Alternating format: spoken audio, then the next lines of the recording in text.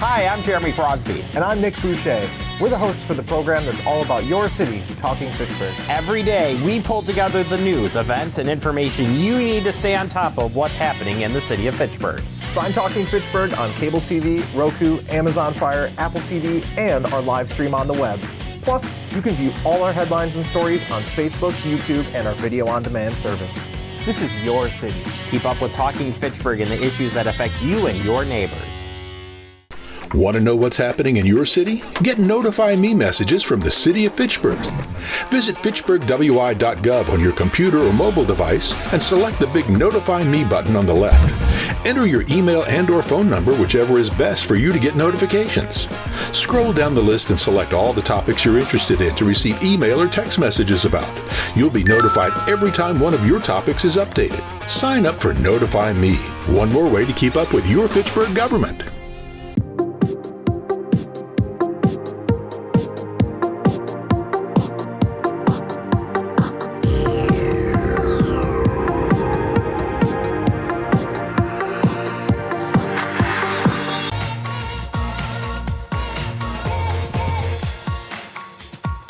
May 5th, 2024 at 7 p.m. Hello, we're getting started. We're starting a meeting. Hello, we're starting the meeting. Hello, it's 7 p.m. Thank you. Calling to order. First item of business is Pledge of Allegiance. I pledge allegiance to the flag of the United States of America and to the republic for which it stands, one nation, under God, indivisible, with liberty and justice for all. Next item of business is the roll call. Administrator Brecklin, would you help us out? Absolutely. Good evening, everyone. Alder Allen. Present. Mayor Arata Frada. Alder Dantzler. Here. Alder Gerhart. Here. Alder Herbst. Alder Jetzer. Here. Alder Maldonado is absent with excuse. Alder Vaffadari. Here. Alder Wheeler. Here. You have quorum. Thank you so much. Next item of business is the approval of minutes. Can I have a motion on the draft minutes for the August 28th, 2024 meeting? I move approval. So moved. Moved by Alder Jetzer and seconded by Jay. Any comments, questions? All in favor of the draft minutes, say aye. Aye. Motion carries. Next item of business is public appearances for non-agenda items. I do not believe we have anybody online or in chambers. Speak now. No? All right, we can move on to item 6, agenda items. Item 6A, Police Department data presentation. Thank you all for coming out tonight. I'm really excited to see your presentation. For the council, we're going to try to keep this discussion to around half an hour. Obviously, questions are welcome, and we encourage to take the time that you need, but discuss with the chief, and we think this could be around a half-hour item. So I wanted to give everyone, and I'm going to turn it over to you, Chief. Oh, yeah, no, okay. Hello, everyone. Thank you, Alder Gerhart, for fitting us in today's committee of the whole meeting, knowing you have a full schedule, so we'll get to it as quickly as possible.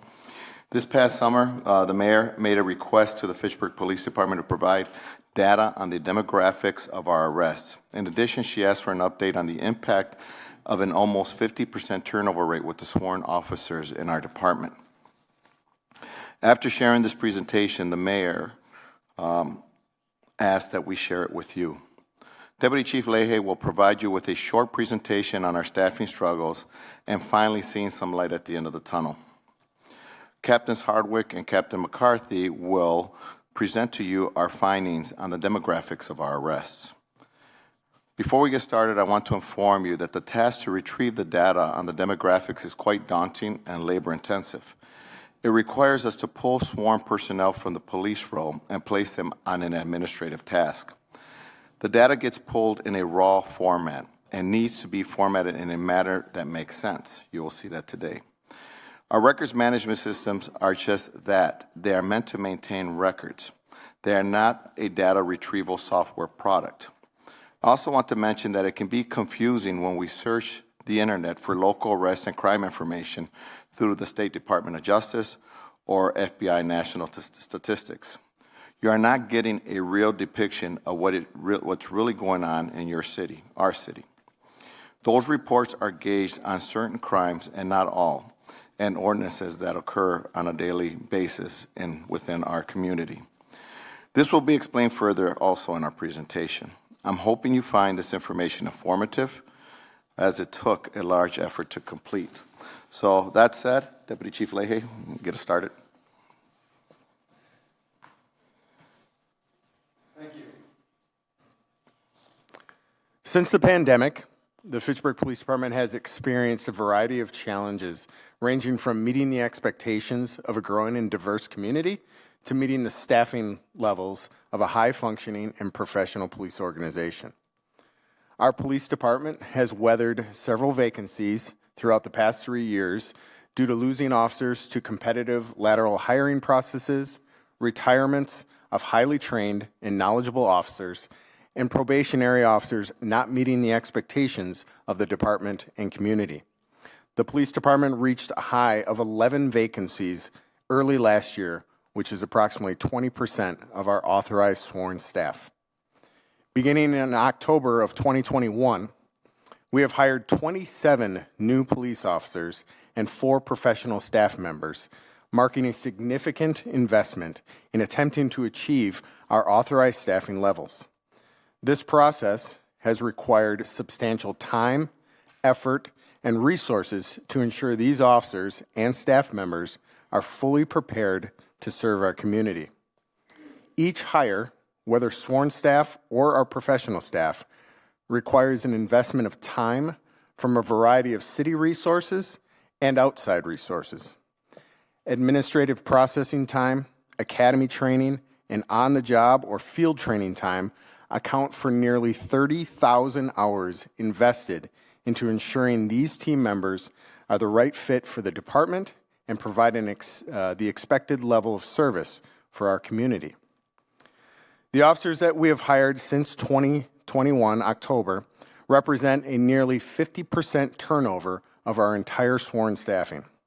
For a more visual representation, as you can see from the graphic, this is a significant amount of our sworn staff that has 3 years or less of experience with the Fitchburg Police Department and working with our community.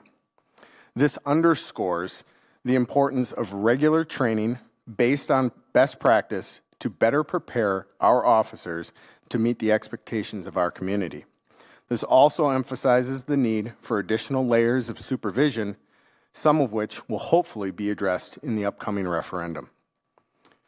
Joining us tonight are several of those newly hired police department members.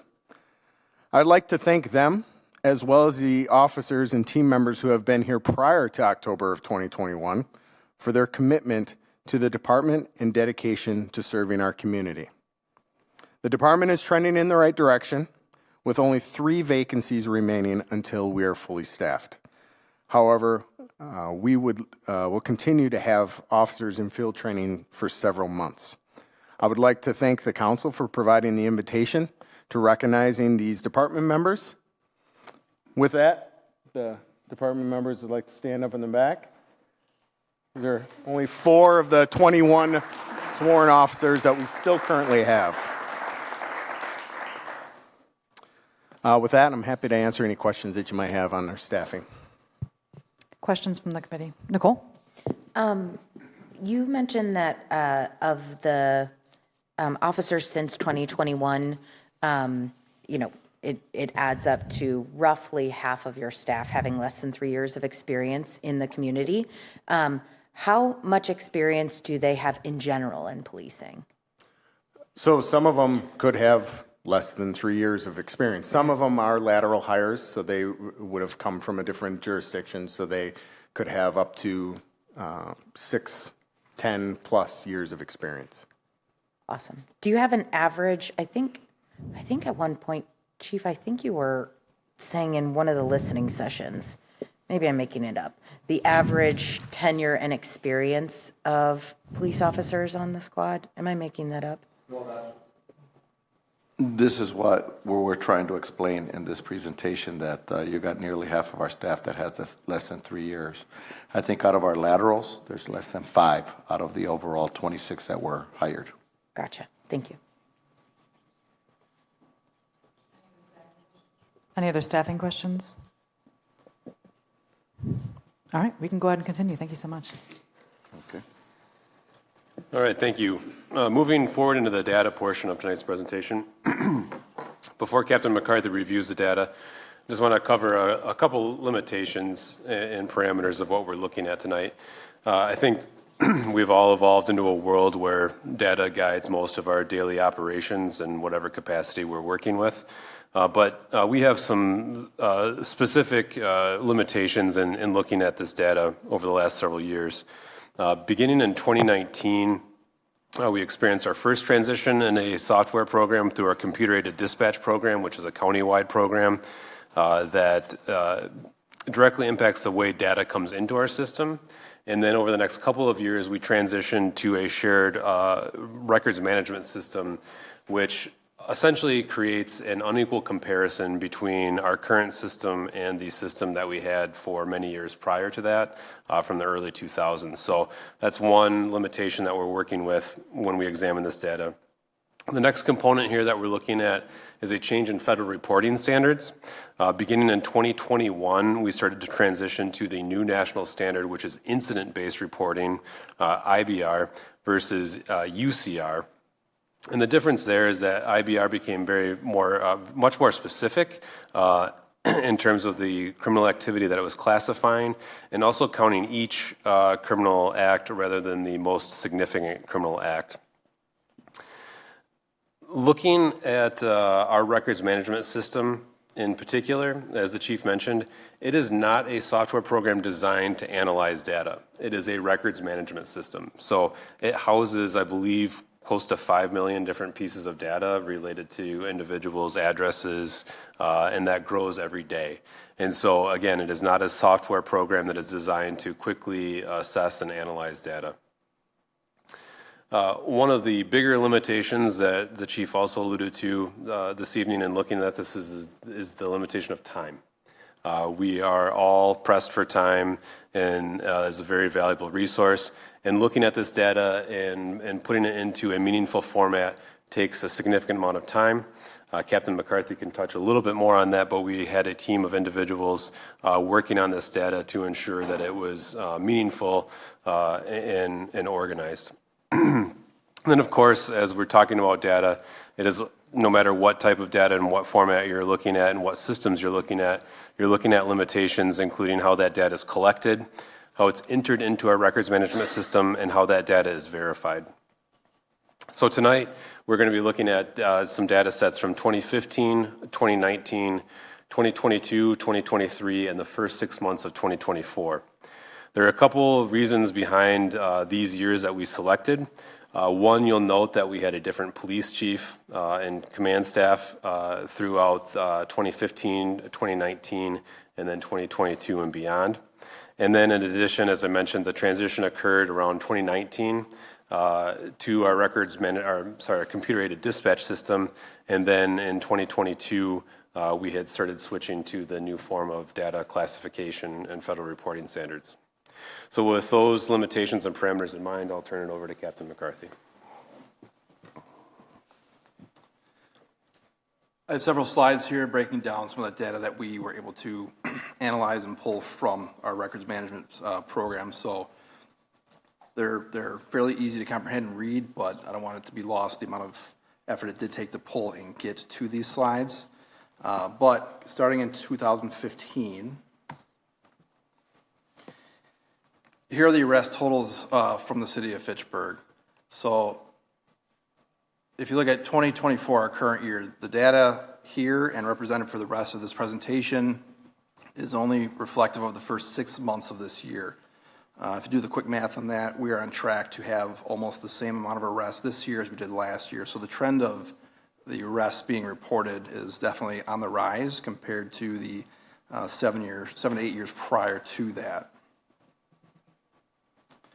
In looking more in depth at these arrest totals, we have it broken down by racial demographic, primarily 2 columns broken down over the last 10 years, and there is a seemingly very constant trend with where those columns are going. This is information that is also reported on the state and FBI criminal reporting database. Some of the statistics that you will see on there. But we've broken it down even further as we dig deeper into this presentation.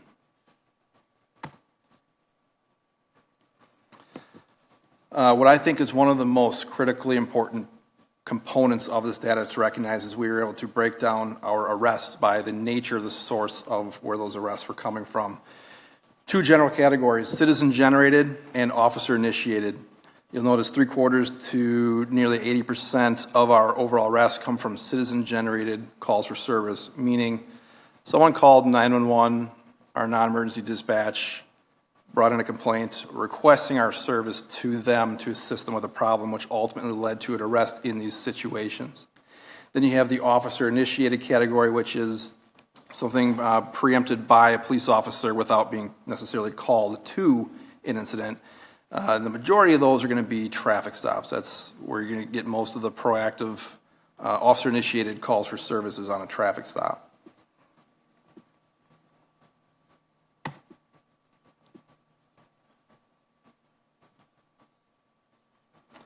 Looking at some of those same arrests, we have broken it down into what we categorize as mandatory and non-mandatory arrests.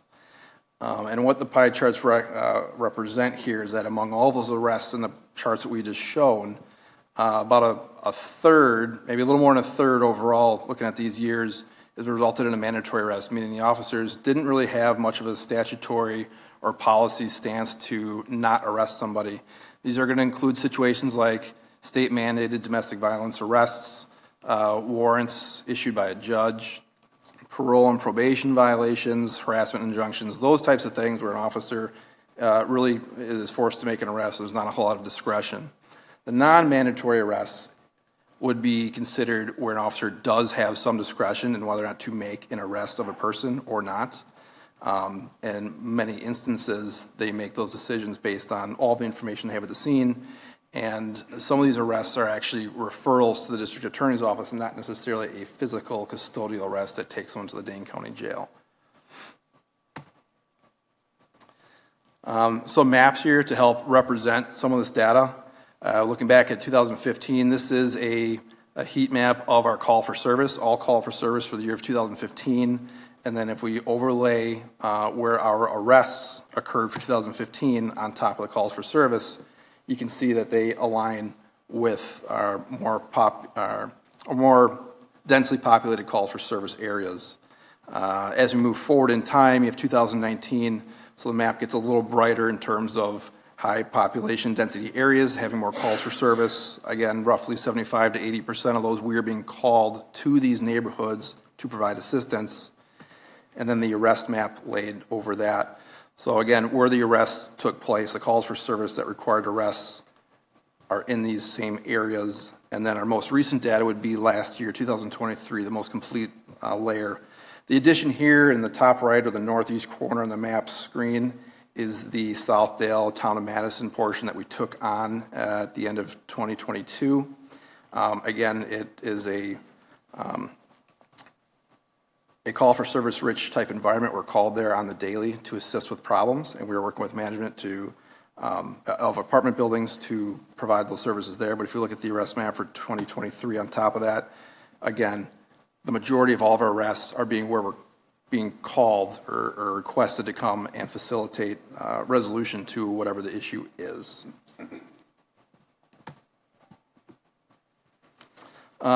This component of our data, reason for traffic stop, is unique to Fitchburg. This is not from any sort of state or federal level that tracks this. I don't know of any other municipalities that do track this information, but we began collecting it last year. Essentially, we can provide data for how many traffic stops have occurred, what citations and warnings are being issued, but there's really no data or system of data that tells you, well, what was the reason for the traffic stop? We know what happened in the end, but why did we actually stop that vehicle to make contact with that driver? Here we at least have that data for the last 18 months. And by and large, close to 2/3 of all of our traffic stops are for moving violations. So the vehicle is in motion, committing some sort of a likely safety infringed infraction, like speeding, running a stop sign, stoplight, following too close to another automobile, that sort of driving behavior, and this is the primary reason why we're stopping cars on the road.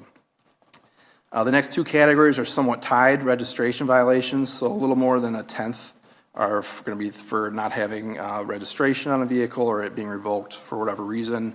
And then we have what's called a non-moving. So again, a little more than a tenth, closer to 15%. A non-moving is still going to be more than likely, based on what I've looked at in the data, some sort of safety-tied non-moving violation. Not driving with your headlights on at night.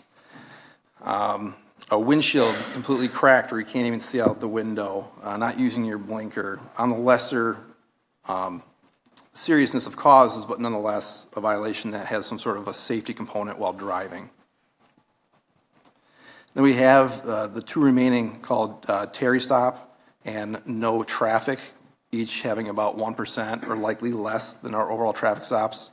No traffic would be a contact with the vehicle on the side of the road that was initially not a traffic stop, but it evolved into one. So for example, we come across a car parked on the shoulder, we go to check on the driver, make sure they're okay, we find out they're impaired, and it turns into an OWI arrest. That could be an example of a traffic stop that started without being a traffic stop. And then a Terry stop would be a vehicle stop for some sort of criminal suspicious activity that an officer can articulate. I'm stopping this car because of what I just observed or what I've learned is that there's likely some sort of criminal activity occurring in the vehicle, and I want to make contact with the driver or the occupants. Again, 1% or less of the time, that's our traffic stops for those reasons. Using that same data, we collected what is the demographics of the drivers of these cars. And of all of those traffic stops that were made, 2/3, a little bit more, are primarily white, a quarter to a little less than a third are black, and then we have a little bit of an unknown, and then the AIAN is American Indian and Alaska Native. And again, for the 18 months of data we have, 2/3 of the drivers tend to be male versus female.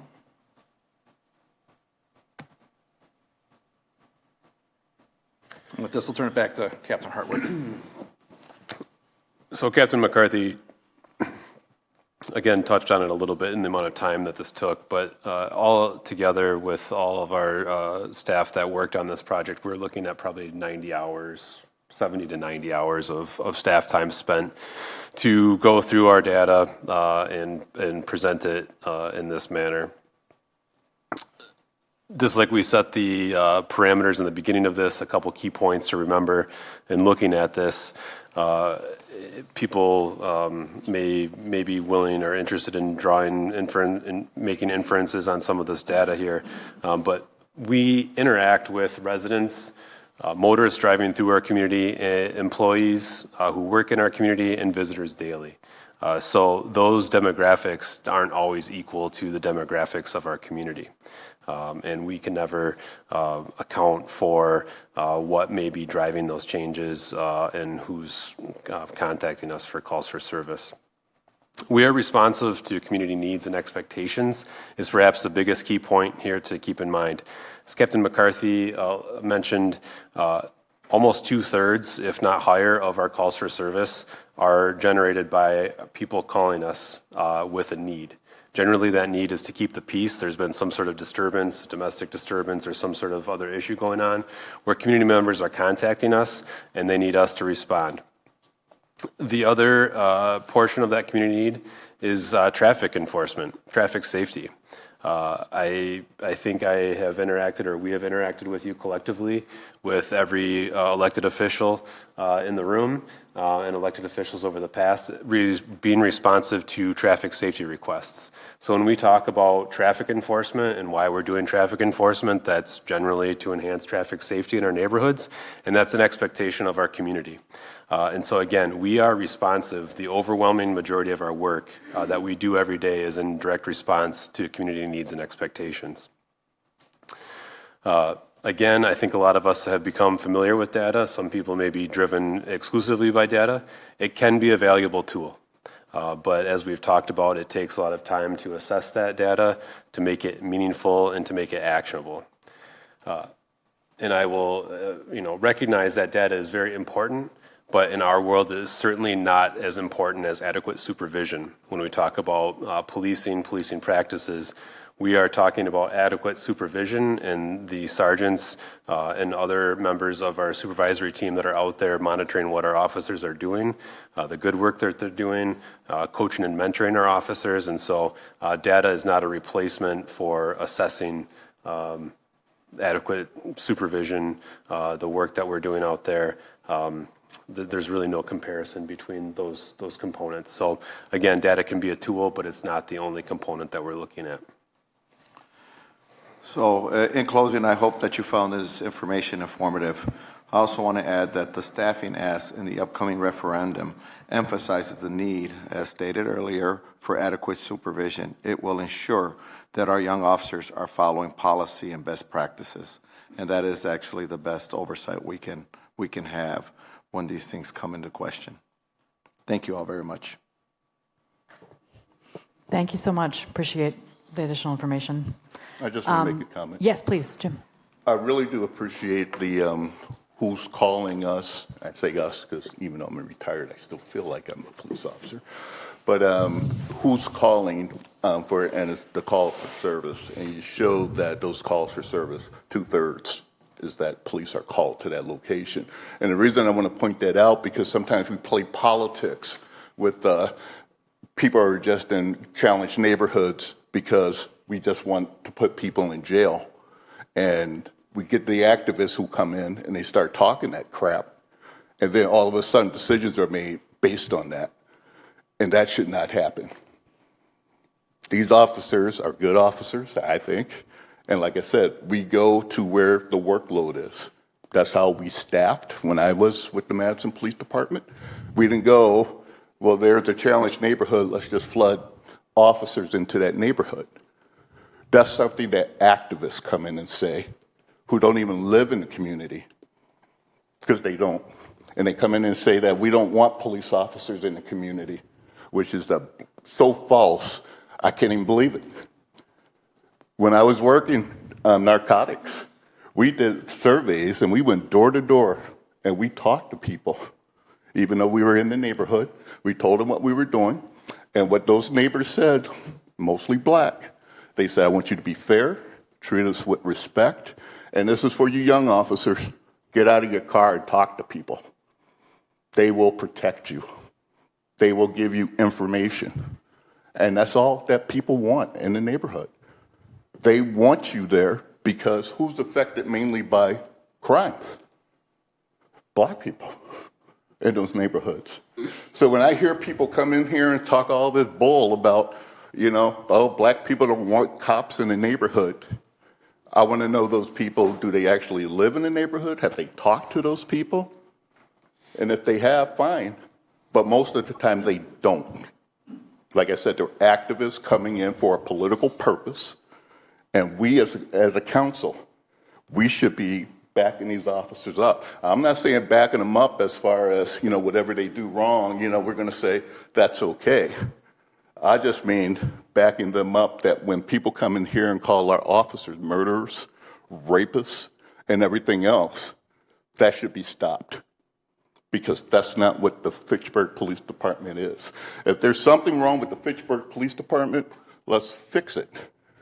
But when the activists came in with the police facility and they're talking about, well, Monona was in a pursuit and 3 people died, that's unfortunate. But that's not the Fitchburg Police Department. And that's one of my pet peeves when I was working and we were talking about cops being in schools. And the chief wanted me to go to those meetings. I didn't want to. And every incident that was brought up by Freedom Inc. and Young Gifted Black happened in a different state or city. Nothing with the Madison Police Department. And politicians made a decision based on that and did not realize the good work that those school officers were doing. So I'm just saying to my colleagues, when we talk about policing, when we talk about staffing, let's talk about what's really true for Fitchburg and not the activists who come in who want to defund the police, because that's all it is. And talking all this stuff of how they are the community, because they're not. And I can back that one up. Thank you. Thanks, Jim. Nicole, and then the mayor. Thank you guys for the presentation. A question is, can you put the total arrest slide? Can you explain, because you explained me that, I asked a question. Can you explain why they jump from 22 to 23? Can you explain, Chief? Oh, you, Andrew? Maybe. Sure, I can make a fairly informed guess as to why that is. You've got several factors that are affecting this here. One being what Captain Hartwick alluded to at the beginning of this, we've got an evolution of software. So the way data is coming in from our automated dispatch system and the way it's brought into our record system, that records program was also updated in 21 going into 22. So some of the way the data comes in is different. The way data is reported now on a state and federal level has changed. We mentioned what was used to be called UCR, now we have what's called IBR. Which is the FBI's standard for how data is reported. It collects data differently. So certain arrests that may not have been recorded as one of these arrests in the past, even though it may have happened, is recorded now.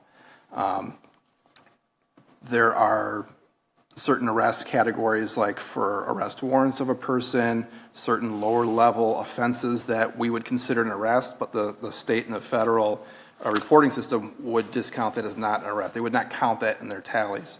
So when we changed the IBR, these numbers went up a little bit because the way of the metrics that they're being tallied changed. We're coming out of, in 2020, 2021, and 2022, a bit of a slump with COVID. And with that, we had a lot of staffing turnover. So you've got less officers for those 3 years, and then 23 into now, we're starting to get out of that slump, or we're getting back to a more normal level of staffing. So with more officers able to respond to calls and investigate calls more thoroughly, we're starting to get a little bit better representation of closing some of these cases than maybe we did before. I would also add to, between 2022 and 2023, we handled approximately 2,000 more calls for service. So, if we talk about it, we all talked about growth. Our community grows. I'm not saying that growth automatically aligns with more police calls for service or more arrests. However, I think it's safe to draw some conclusions from the fact that in 2019, from 2019 to 2022, we're experiencing approximately 4,000 more calls for service, and then a jump from 2022 to 2023 was another 2,000 calls for service. So within those calls for service are going to be some additional criminal activity that necessitates an arrest. In addition to that, you all have access to a report. Some of it is emailed to you, the monthly report. And if you look at the last page when you have time, you'll see an increase in traffic stops that's bringing in numbers, and there's a strong correlation. I don't want to deviate. We can talk about our monthly report, but what is high and what's gone up is our traffic stops. And that activity is increasing, but we have a ton of officers in training. And the way to train them when you're out there is to conduct some of these operations, is to go out there and do traffic stops. We need to observe them interacting with the public and conducting these traffic stops. And within the last 2 years, you have seen a huge increase in traffic stops, and that also correlates with the old first shift that all retired. They're all gone. So as you get older, you get slower, and when you come in, you're more active, and that's just natural evolution of us in this organization, or in this profession. Thanks for mentioning that, Chief. I was smiling because we would tell people, hey, we got an academy class graduating, so you better be paying attention to your driving habits. Right. Thank you for this presentation. I think I'm going to try and not ask too many questions because I do data and reporting for a living, and so all of this is incredibly fascinating to me. I also am very annoyed on your behalf that it took you that many hours to pull the data, and I really appreciate you laying out the indicators and how they change, because that's often a thing I work with healthcare systems, and they don't often outline definitions, and it's incredibly important to say, like with the UCR and the IBR, that thing, it's apples and oranges, right, to a certain level. I think, Ned, you were starting to hit on it in that last comment. I wrote down on the arrests slide and some of the other slides, if this were able to be pulled later when you're doing this activity again, it would be cool to see it like per capita, right? Our city's growing. So like, of course, there are going to be probably larger numbers. This is not a percentage, right? This is a raw number. So with more people comes higher numbers. I think that would be interesting. I think the per officer would be an interesting view, and the per calls for service would be interesting. Please don't go run and collect that data if it's going to take you a bunch of hours. But I think it's just a cool slice to show. My question, one of the questions I had was like when you showed mandatory versus non-mandatory. A lot of times when reporting like this slide or other slides, it's kind of helpful to have like a look-alike city that you're looking at, which I know is hard to get at sometimes, right? Like Madison's not a comparable look-alike city. And Cottage Grove is probably not a comparable look-alike city. So have you ever thought about like what a comparable look-alike city would be, and then how our numbers stack up against that city? I will let you know that if you ask another city for this information, it's going to be very difficult. In fact, you may get information that they can't do it. Camp McCarthy, Sergeant Ariana Ridgely, and Ned is unique because he self-trained himself, but they received training on through federal grants to be able to retrieve this information. So a lot of the work, they got the training first, now they're able to do this. So our comparable cities, even if we were to ask them outside of Madison, they're not going to have the ability to get that for you unless they pull somebody from another location, train them to get the exact information. So it's going to be pretty difficult to compare. Sounds like we should charge for your expertise out to other cities to pull these numbers. I'm just saying. There are certainly challenges out there, and I would say that our ability to get this data into the nuances that we have been able to is unique. There are tools out there that try to standardize. If you look at some of the reporting platforms that are out there and compare various cities, whether it's in Dane County or across the state. However, I think we've all been in Fitchburg long enough to know that we're a very unique community, and that an apples-to-apples comparison of our community to even, say, Sun Prairie, which is slightly larger, but has many different facets involved. So it's a challenge to find an exact lookalike. On some levels of this data, mandatory versus non-mandatory arrests, for example, it might be a better comparison. But again, we're looking at very unique features. I can't think of too many other municipalities that have taken on another municipality. And our acquisition of the town of Madison and the impact that that's had in our department, for example, when you look at the data for the last couple of years. So there's a lot of factors that are out there that, much like the reason why every community wants to have their own police department, we want to have that control and influence here and be aware of these factors that are impacting our data. Something that also makes it difficult for this particular slide that was mentioned for mandatory versus non-mandatory. We were able to get this information based on putting a real fine-tooth comb through our data. In order to do this, we had to know the exact statutes and circumstances for each arrest. And those are items you're not going to get from any sort of generalized report or even an annual report from an agency. You'd have to have the raw data to get it. It would be my guess. You'll be able to see things like how many domestic abuse arrests perhaps that are being reported, but to the nuance of exactly what type of offense, statute, warrant was arrested. This is really unique to us when we were trying to also identify what our data means to us since we're doing this. So getting that comparable will be really difficult without getting all of their lines, individual line items of every database correlating to an arrest that they would have. Gotcha. All right, just a quick time check. We're at 7:38, so we're going to try to, but I do want to give everyone a chance to ask a question. Bill and then Donald. I've got 3 questions I'd like to ask also. Okay, well, we're going to do Bill, Donald, and then Jay. Oh, sorry. So Bill and then Jay. Yeah, most of my question was basically what Nicole was asking. And I guess, if there's any business anywhere that's shopping for a new software system that offers zero reporting, there's got to be a really, really good reason to go with that system. And I understand that, with your explanation, how this is somewhat difficult. But, this is not a software system unique to the city of Fitchburg. Is there truly no one who has, made an add-on that does an extract of data from this system and puts it in a data warehouse and allows you to slice and dice it? So what's important to know about this program is it's first and foremost a records management program, like the chief had alluded to. So it holds our information. It is built around the FBI standard of IBR. So it is a certified program to report data specifically that the FBI mandates for their sort of certification to be able to carry. So it does provide reports that go to the FBI and the state reporting office. And it allows you to extract data, but as far as being able to truly manipulate it, like you need to use Excel, Power BI, separate programs that are truly built for data analysis and manipulation. So again, it holds it reports it to a standard that the FBI requires, and that's how they get our data. That's how they get every agency's data now on the federal websites.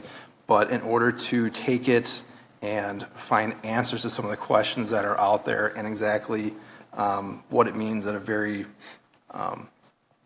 fine detail level, that's where the system has limitations. It can give you a table 35,000 rows long, but it's just data. It doesn't really mean a whole lot until you're able to actually manipulate it and make sense of the data. It's giving you minimal compliance with the federal requirements for reporting is essentially what it's giving you. So to get further detail, meaningful detail that we can act on or make decisions on, it takes a greater deal of work. Jay?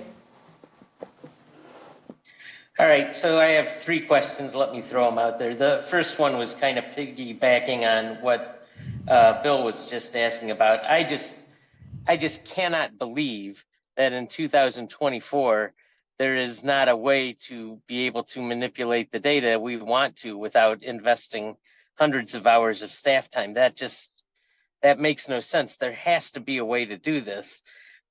And maybe this is the only software package in the world. Maybe it's the epic of police data. I don't know. But I would really like us to see if we can find there's got to be a way to do this. So, I don't know what it is. Maybe that's something you can report back to us on at a future date. The 2 questions that are more salient, though, are in looking at the data you provided tonight. We know that about 20% of Fitchburg are native Spanish speakers, and yet there was nothing in your data delineating Latinos at all. Is there a reason for that, or how does that play out in real life? And then the other question is, as we're hiring new police officers, what efforts are we making to hire bilingual officers? So those are the questions I have. Thank you, Alder Allen. I'll answer the second question there, specific to ethnicity. So I've pulled back the slide here for arrest demographics, which show it breaking down by race. The stat provided was 20% of the community is Spanish-speaking or Hispanic.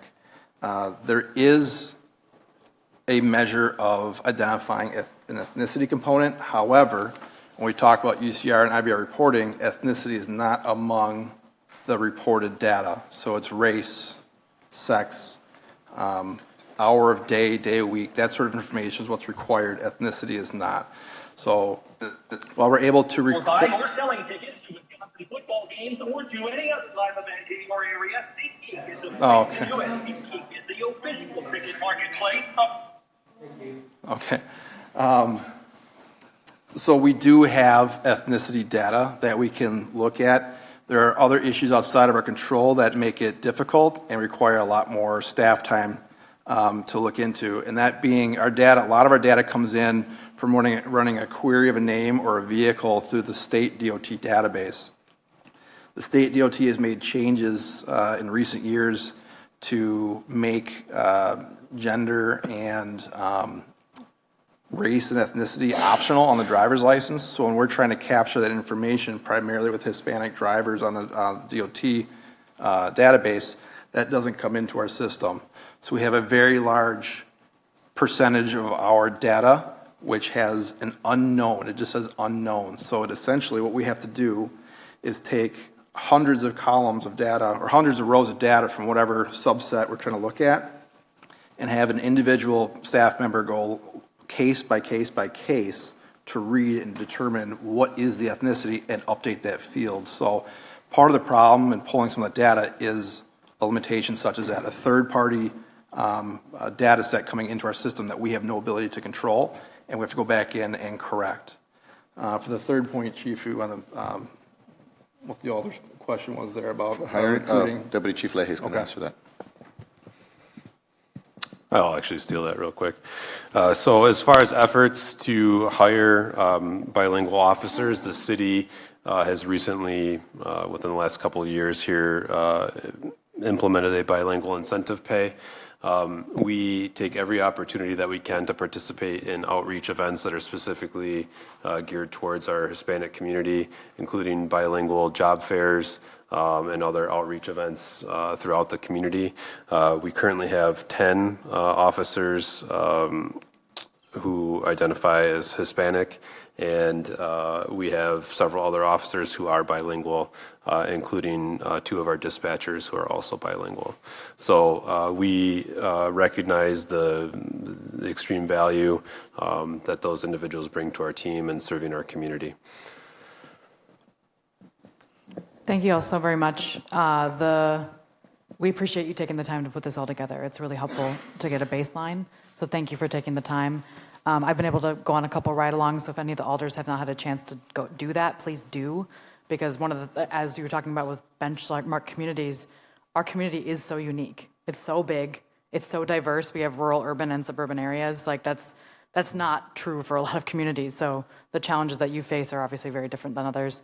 And it's really great to be able to see you all in action. I'd like to plan another one in the near future so that I can, because every night is different. So, and I know that. So thank you all for your hard work. And I know, and especially with the lack of staffing over the years, I know that's been incredibly stressful. So happy to hear that we're down to 3 vacancies, which really hoping we can clear. And also we can maybe, if the referendum passes, we can even bring more staffing to you, because I know it's been a struggle for the last few years, so thanks for all your hard work and all the overtime that I know you guys are putting in.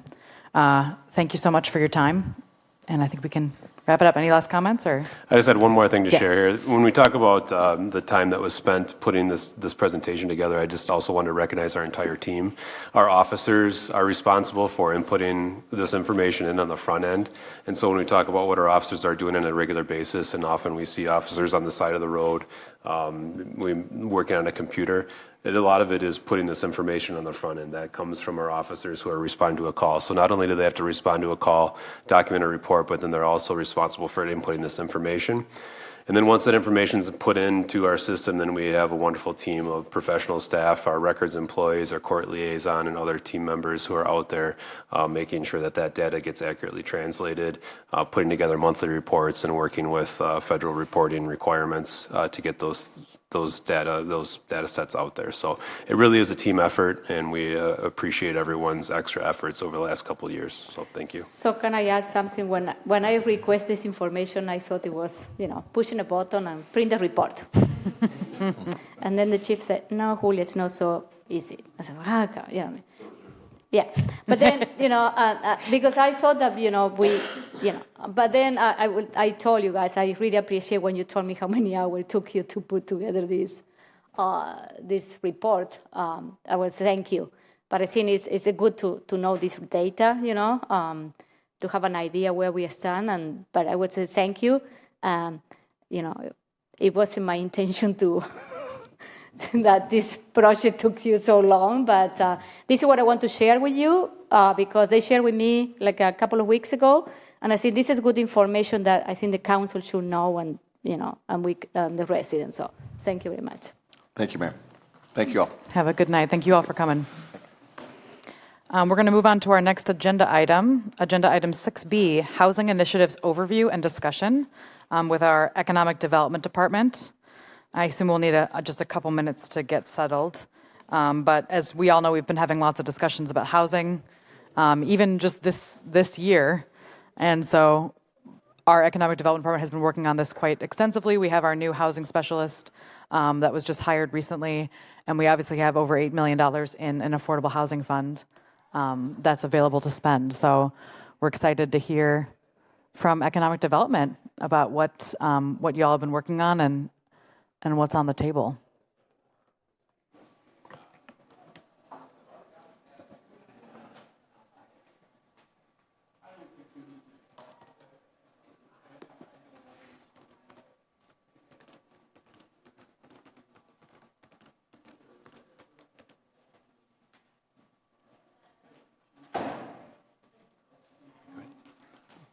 We're just getting set up.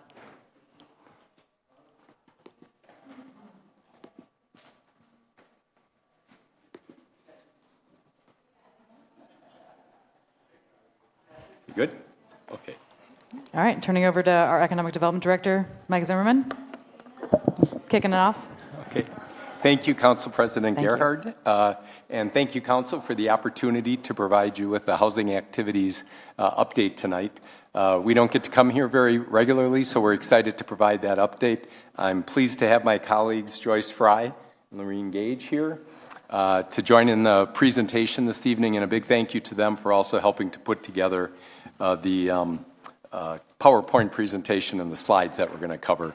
We're going to give you kind of a little history and overview of housing activities historically here in Fitchburg, give you an update on our kind of accomplishments through the housing plan of 2019. Then we'll go into the activities of the Housing Advisory Committee, and then go into some of the specific programs that we've been focused on and have been vetting, and then talk about some other activities and other program ideas. So that's kind of the flow. Yeah, and I think we'll try to keep questions for the end. Is that? If that works for you guys. Yeah. That's okay. Unless there's anything that absolutely has to happen, but let's try to keep them for the end. Thanks. Okay. And we have some of our partners will be joining us as well in the Efficiency Navigator program. We've got Claire here to join us. And then via Zoom, we've got Mike and Steve to talk about the rent-to-own program from H&A Advisors as well.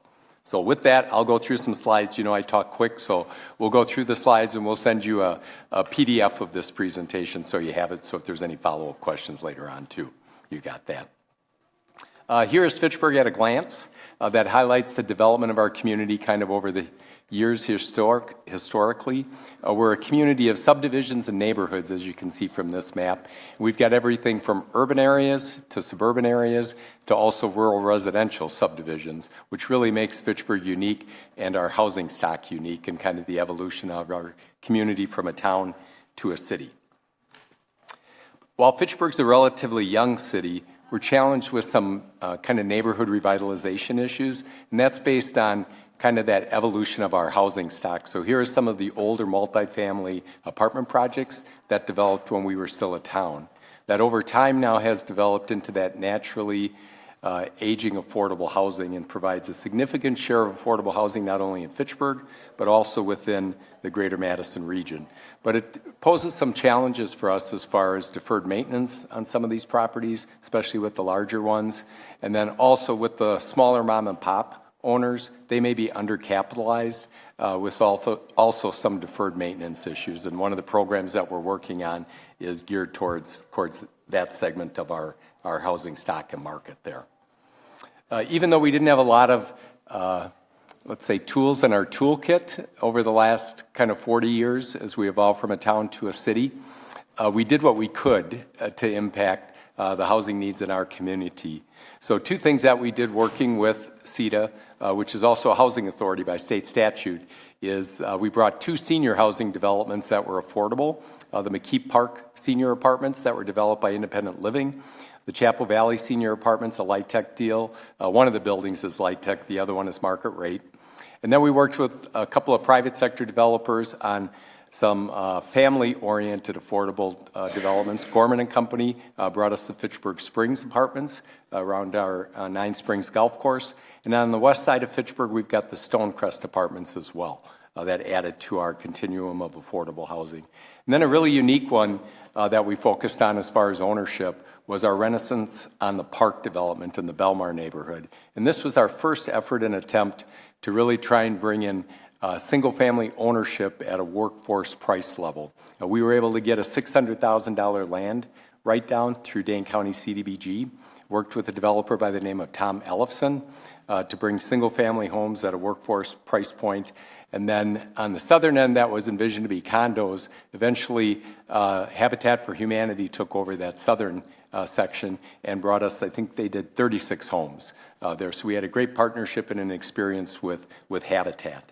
So those have been some of our housing activities. Again, with a community like Fitchburg, where we're not an entitlement community, we kind of had to be creative of where we could impact things, and we kind of did what we could and where we could make a difference. Starting in 2009, I started and Joyce started to request some housing dollars because we knew that we wanted to do a housing plan, but unfortunately our budget request didn't get approved for a couple of years there. So again, we had to be creative, and so we went to our colleagues in the planning department, and they always had a summer intern, and we said, hey, Tom and Susan, could we borrow your intern for the summer? And that intern did a housing assessment for us, which was kind of a snapshot in time of Fitchburg's housing stock and where we were at. And of course, some of the things that we found out was that our housing stock was 50% owner, 50% rental. The age of our housing stock, especially the multifamily and everything. But it was evident that we had a gap of affordable kind of housing, and at the same time, Dane County started doing a housing analysis countywide, and it kind of mirrored some of the findings that we were experiencing and finding here in the city of Fitchburg. Then in 2017, we had our TID 17, a small TID up on North Fish Hatchery Road. And that was our first TID housing extension that we did. And that got us, it was $100 and some thousand, I think it says on there, $127,000. And that gave us some money at least to work with. And that's what we utilized then to fund our housing plan. So in 2018, we contracted with MSA and Urban Assets, and they did Fitchburg's first housing plan. And that plan, we kicked it off in 2018 with a variety of stakeholders, 52 different stakeholders, everybody from property managers to developers, for-profit, not-profit, real estate, lenders, and everything, a whole collection of people at the table that were partners with us to put that plan together with the consultants. And that plan, here was our process. We had the kickoff in 18, data source review, interviews and stakeholder interviews, workshops with the Housing Task Force. Ultimately, it wound its way through CETA, the Plan Commission, and ultimately for council adoption and approval in February of 2019. The key findings of that plan showed again that high concentration of multifamily housing that's evolved into our naturally occurring affordable housing. And also that Fitchburg had the second highest number of Section 8 vouchers in Dane County. And I added some green text there, and that kind of gives you the snapshot in time of where we are today. We still are the second highest as far as vouchers. You could see the numbers there, 301 currently out of the 1284 that the Dane County Housing Authority manages. So we've got 29% there of the overall housing vouchers. We've got that 50-50 mix. And then one of the things that it showed was after the last recession, that while we experienced multifamily development, we were really stuck with less than 50 single-family housing starts for 10 years, from 2008 to 2018. In Fitchburg, we should be averaging 100 to 150 housing starts with our location and with the land that we have available. And then the other thing that was unique to us is we were the only community in Dane County that hadn't authorized the Dane County Housing Authority to operate in our community. And as you'll see, we passed that resolution in 2020 to bring that and add that to our toolkit. A few more of the strategies that were identified based on the findings of that plan were that, again, we should be at that 100 to 150 housing units. And to give you a snapshot in time, since 2019, total of 606 single-family permits. We're averaging 121. So we're right in that ballpark. So we're doing a good job in that area. Build more owner-occupied housing affordable below the median household income, and especially focused and geared towards that missing middle, the 80 to 100% of AMI. This is one where we've got some work to do, and working with our private sector developers. And as you'll hear later, that's part of the reason why we're bringing forward the rent-to-own townhome product program that Mike and Steve will talk about. Build more attached owner-occupied units. There you can see the goal was 200 over 12 years. We've got 175 units platted, and approximately, we were trying to get a ballpark estimate here, we're at about 117 plus or minus that are already built towards that goal of 200. And then finally, we had build more rental units at various price points, 2,200 over the next 12 years. And that one, again, we're making really good progress. Total of 2,081 units, with 312 of those being affordable and workforce. So we're making some good strides there. We also wanted to share with you kind of what the state statutes indicate are the definition of affordable and workforce housing. This is for your reference. And basically the parameters are that the housing cost should be no more than 30% of a household monthly income, and then not more going to homeowner or people in income levels of less than 140%.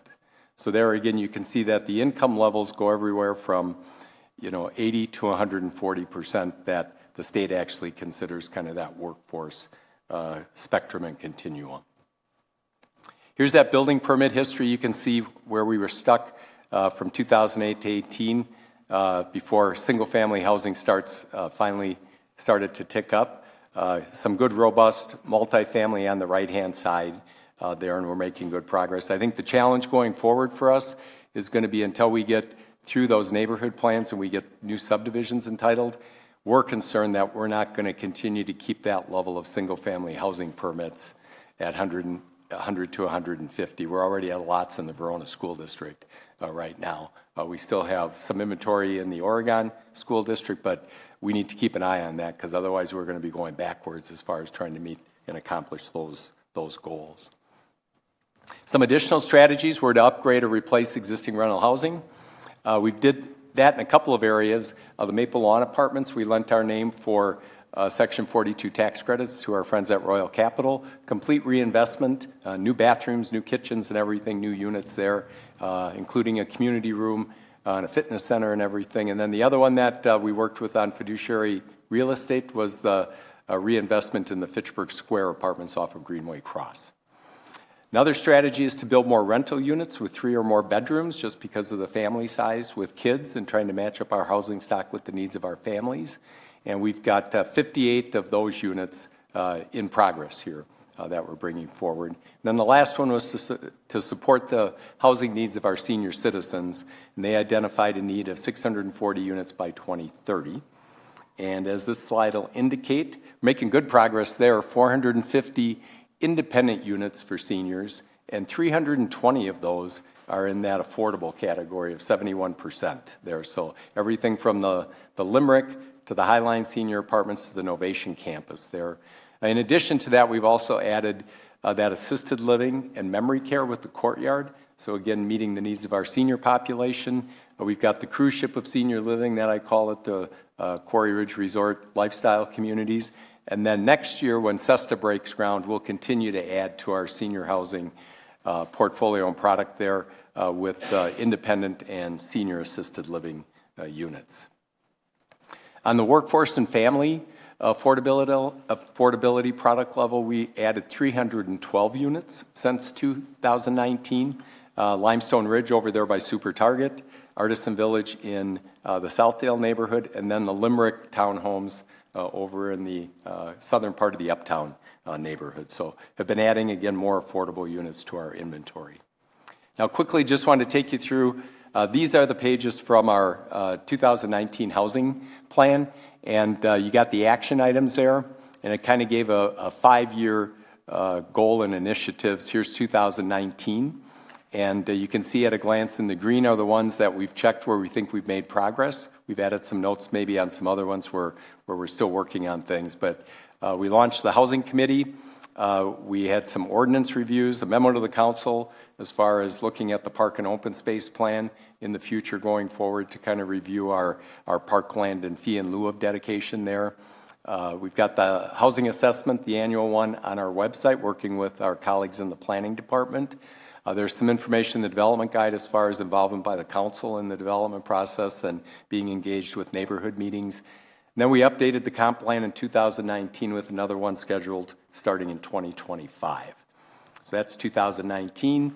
2020, again, we launched that Housing Advisory Committee, and we were really strategic about the composition of this group, and we're really fortunate with the wealth of expertise and experience and talent that we could draw on in this community. We have two members here tonight. I think there's two, Mallory and Marshall are here from our Housing Advisory Committee, so we appreciate their expertise and engagement with us. And again, we're really fortunate to have that level of expertise. Here we are in the 2020 initiatives, everything from the TID 6 extension for housing, looking at the consideration of the zoning code rewrite that we're looking at in 2025.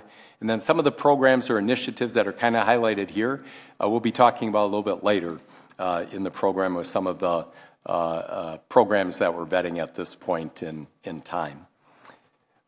With, I should mention here, with TID 6 extension, that actually occurred in 2022, and that brought us $2.7 million in TID for housing dollars for it. So that was another one where we really started to add money. So we've only recently started to get the bigger dollars to be able to institute our housing programs for. Then here are the 2021, 22, and 23. And here again, we promote our partner programs like first-time homebuyer education through the Urban League Greater Madison. And then we did the TID 4 extension in 2023.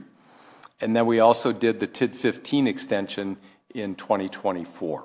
So again, over the last 3 years is where we built up that housing fund, and then 75% of those dollars need to be used for affordable housing, and then the other 25% can be used for general housing activities there.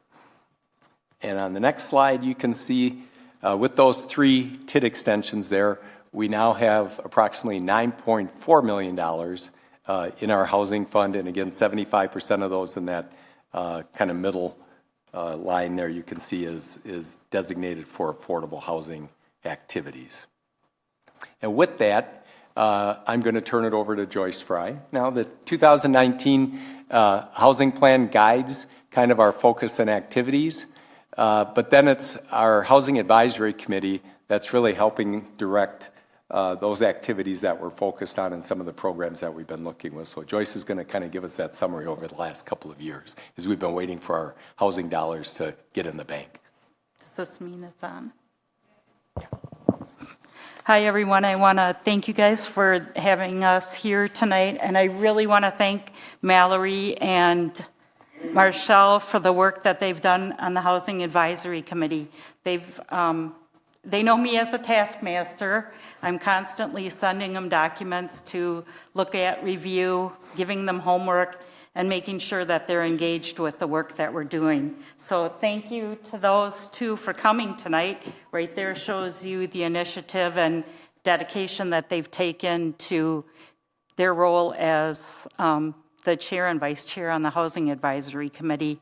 Their role is to analyze policies and programming in alignment with our housing plan, and they have done a really good job of looking at. So I wanted to just kind of go through, this material is for reading in the evening when you can't sleep. It'll put you to sleep immediately. So we have been very busy. The approach that I took as my duties as assigned as a liaison to the Housing Advisory Committee was to listen, look, and learn. With this approach, I did a lot of outreach via our networks to bring in partners that have already been involved in housing. We reached out to the communities that actually get a allotment of CDBG dollars to find out how are you using those dollars, how are they working, how are they best being utilized, and how are the programs that are just sitting out there with funds that no one's utilizing. And that was kind of our starting point. With 2 people in our department, it was difficult to get this off and running. So what we did do is we reached out to the partners and we said, what are your best practices? So as you can see on here, we reached out to Monona, we've reached out to Madison, we reached out to Oshkosh, La Crosse, several different communities, and looked at the programming that they had and decided, okay, based on what they have, how will that fit within the housing stock that Fitchburg has? One of the things that we did learn is we're unique. Most of our housing stock was built after 1980. Most of the programs that are out there are for your pre-war properties that are maybe older single-family houses that have been converted to duplexes, in need of a lot of maintenance and updating. So we didn't look at that as a program for right now for affordable housing. But what we did notice, based upon reading the housing plan and our expertise, is we have a real problem with a lot of our older multifamily housing. It's very inefficient in several ways. Energy efficiency, it lacks the fire and safety protection that is something that's in our newer properties. So we felt that that is really where we wanted to start our focus. So with that being said, we happened to run into Claire with Sustained Day at an event at the solar farm. And we got to talking about what their role is and the things that they had. And Claire said, hey, we have this really great program. It's called the Efficiency Navigator. And so we brought Claire in and she met with the Housing Advisory Committee. We went out on some neighborhood visits with a focus on our 4 healthy neighborhoods, which is some of the areas that developed when we were at town. We did neighborhood assessments and we decided this is where we really need to start. We saw some really deplorable conditions. We had Jack from our building inspection department come in. We had Jill from the fire department, and that was what we needed to get the ball rolling. So I'm sure most of you are aware of the Efficiency Navigator program. I'm not going to get into it because Claire's here to give us an update.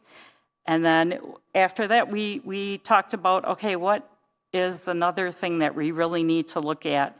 And I know Mayor Julia has always said we need to look at home ownership and how can we make that happen. With the recent housing crisis, we're just a small fish in a really big pond.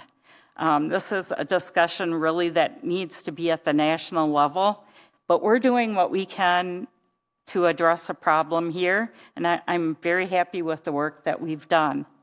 We're going to continue to look at programming, but we have focused right now on 3 programs that we're going to give you more details about. So, with that being said, Claire, would you like to come up and join us? Oh, I guess Mike wants to talk a little bit more. Here, you can come up. Come here on up, and though. have Get set up here. We'll be good. So with those strategies identified in the Housing Plan 2019 as our guide, and with, again, the direction from the Housing Advisory Committee, CEDA, and Council, our staff team here has been busy kind of formulating that strategy of how do we approach and deploy those TID for housing dollars. And one thing that we are fortunate to have with our team here, between Joyce, Lorene, and myself, we have property management experience in our previous capacities, a real estate brokerage, mortgage lending, and also housing assistance there. So we bring some expertise and assistance individually there to the table as we look to kind of evaluate these programs. But one of the things we wanted to emphasize is right now we've got the 9.4. It seems like a lot of money, but it's a one-time infusion right now. And we do not have another TID projected to close for well over 10 plus years there. So we need to be very strategic about how we deploy these dollars. We need to look at who we're benefiting and who we are impacting there. We're also looking at how can we be strategic to leverage our resources to maybe access other dollars and other resources working with private sector and also nonprofit partners. How do those objectives and programs align with our Fitchburg housing plan, which again is our guide? And then I think another key thing is there's not a one-size-fits-all that addresses all the housing challenges and issues. So we're going to have multiple programs. Some are going to be geared towards renters. Some are going to be geared towards ownership. Some are going to be geared towards ownership at the missing middle level. Some are going to maybe be geared towards ownership below that at 60%, where it takes partners to accomplish that product and goal in our community. So I think that's been our focus, and we've been vetting kind of 4 programs. And 3 words I keep using is we want to be efficient, we want to be effective with our uses, and we want to expand them or expand the impact, leveraging working with our partners on that. So we've got 4 programs: the Efficiency Navigator, which is towards that rental product, the smaller mom and pop, that we're going to turn it over to Claire in just a bit. Our rent-to-own workforce endowment, again, one of the priorities in the 19 plan was home ownership for that missing middle, 80 to 100%. Mike and Steve will cover that one. Then we've been looking at workforce within market rate, and I'll be covering that one a little bit. And then lastly, with Mayor Julia's leadership, there's land bank resources that are included in the CIP, $25 million. We'll be talking a little bit about that one as we go forward. So with that, I'll turn it over to Claire. Mike, and yes. Before you get to that, sorry, I was trying to hold my question till the end, but I feel like I just wanted to really level set on affordable housing and like what the dollar amount is, because I'm struggling with trying to understand. It's 30% of your income, or less than 30% of your income is spent on housing. But then the 80 to 120% or 100% of AMI, I am not understanding what that means.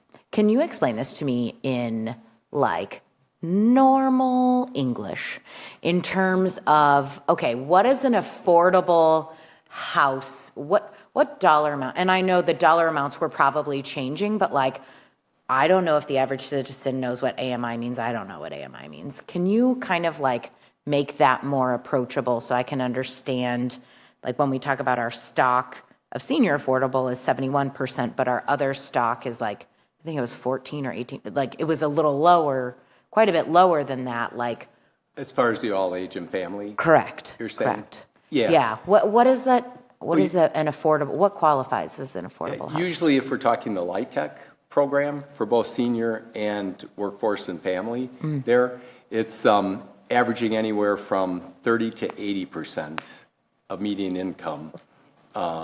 People that are living in those units. It could be units, up to 80% of your income and still be called affordable housing. And workforce housing, yes, but with an average of 60%. Mike, just 1 second. Her question was up to 80% of income, which is not correct.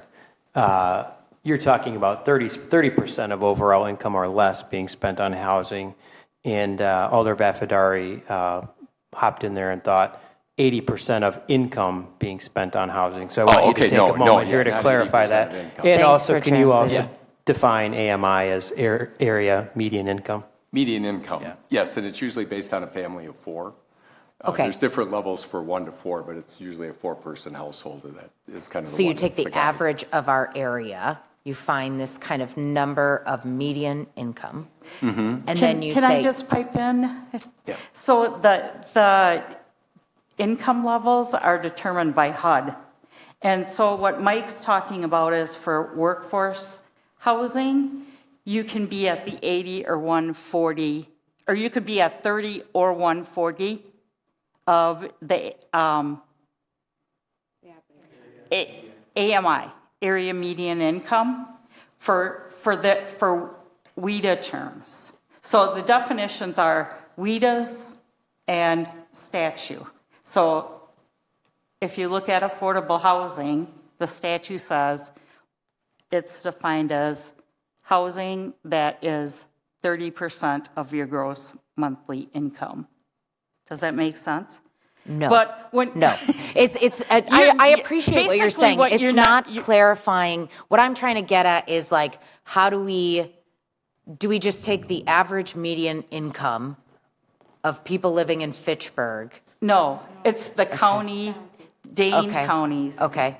Yeah, that's where there's the problem. Thank you. Dane County is a driving factor in the Wisconsin economy. So the average median income in Dane County is around $85,000. Right. So we're saying if you spend 30% or less than that on a house. Hold on. So 30% or less of your gross income, and then the affordability of a unit is judged based on what percentage of area median income can you earn and still afford that house or housing unit. So if you make $60,000, that's roughly 75% of area median income. 30% of that is affordable to you. So how many units meet that threshold at 75% of AMI? Or if you only make half of AMI, how many units are affordable to you so that you're not spending more than 30% of your gross income? So when we talk about, a certain number of units are affordable at 60% AMI, that's what it means. You can earn 60% of the area median income and still afford one of those particular units. Okay. And Nicole, it's related to if you receive LIHTC, which is low income tax, housing tax credits. So that's what the difference, when we're talking about the 30%, the 60%, the 80%, the 140. So that's related to like the LIHTC program. That's helpful. And I guess maybe I didn't do a good job of explaining affordable, but affordable is a term, and we were just discussing that today. Affordability to people through their lens is different to everybody. 100%. And that's why I wanted to that point. I wanted to define it as what are we talking about with affordability? And I think people throw out that without dollars. Like my favorite thing to do to tell people without kids is how much my daycare actually costs. Like I'm like, it's really expensive. And they're like, I know. And I'm like, yeah, for a newborn, it's $22,000 a year. And they're like, what? And I'm like, I know. Without a number, it's not impactful whatsoever. So I think those numbers help a ton. Yeah, like the median assessed house in Fitchburg is $457,900. In your lens, is that affordable? Right. So it's affordability, and people intertwine affordable and workforce a lot, but they're different. Thank you for taking a diversion to explain that. It was a team effort. I appreciate you all. Those percentages, because everybody's definition is different, but if we stick to the percentages, we're at least talking the same language on it. And when we get to the rent-to-own program, I think that topic will come up again, because that model is a program to keep the cost of housing at no more than 30% of people's income. So I think that'll come up again with Mike and Steve when we're going through that exercise with them. But right now I'll turn it over to Claire. Okay. And either that or we can just Okay. All right. Good evening. My name is Claire Lekshak. I'm the Executive Director of Sustain Dane. My colleague Leslie Sheridan is also on Zoom from our partner organization Elevate, and together the two of us are running the Efficiency Navigator program in Dane County. And I want to give you guys an update today on the work we've been doing and what we've learned from the assessments and our recommendation for implementation in Fitchburg. So the Fitchburg Efficiency Navigator program, a partnership with Sustain Dane and Elevate, Fitchburg as well, and also joining forces for families. They've also been a local partner here and been guiding us along the way as we've been doing this work. So Efficiency Navigator program is focused on small to medium-sized apartment units.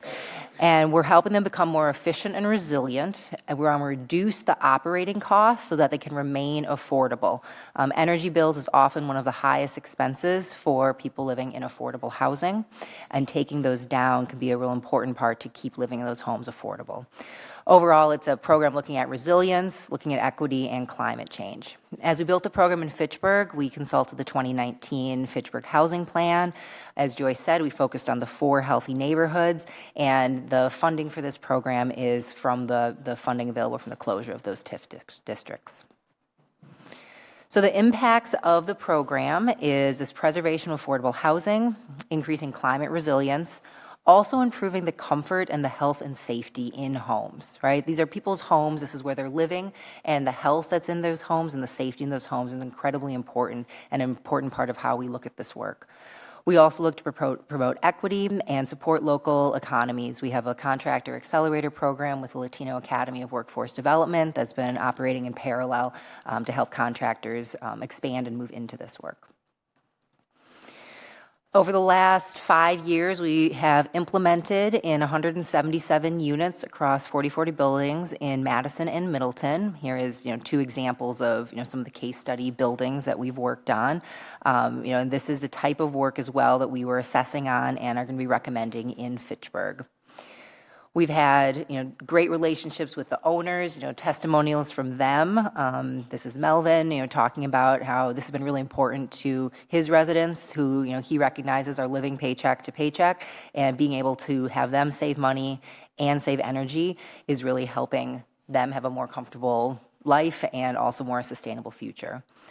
We've also heard from residents who, talk about, they notice that they don't have to run their air conditioner all day just to keep their apartment cool, or noticing that it's quieter now because of the insulation that went in the walls and how the road noise isn't impacting them.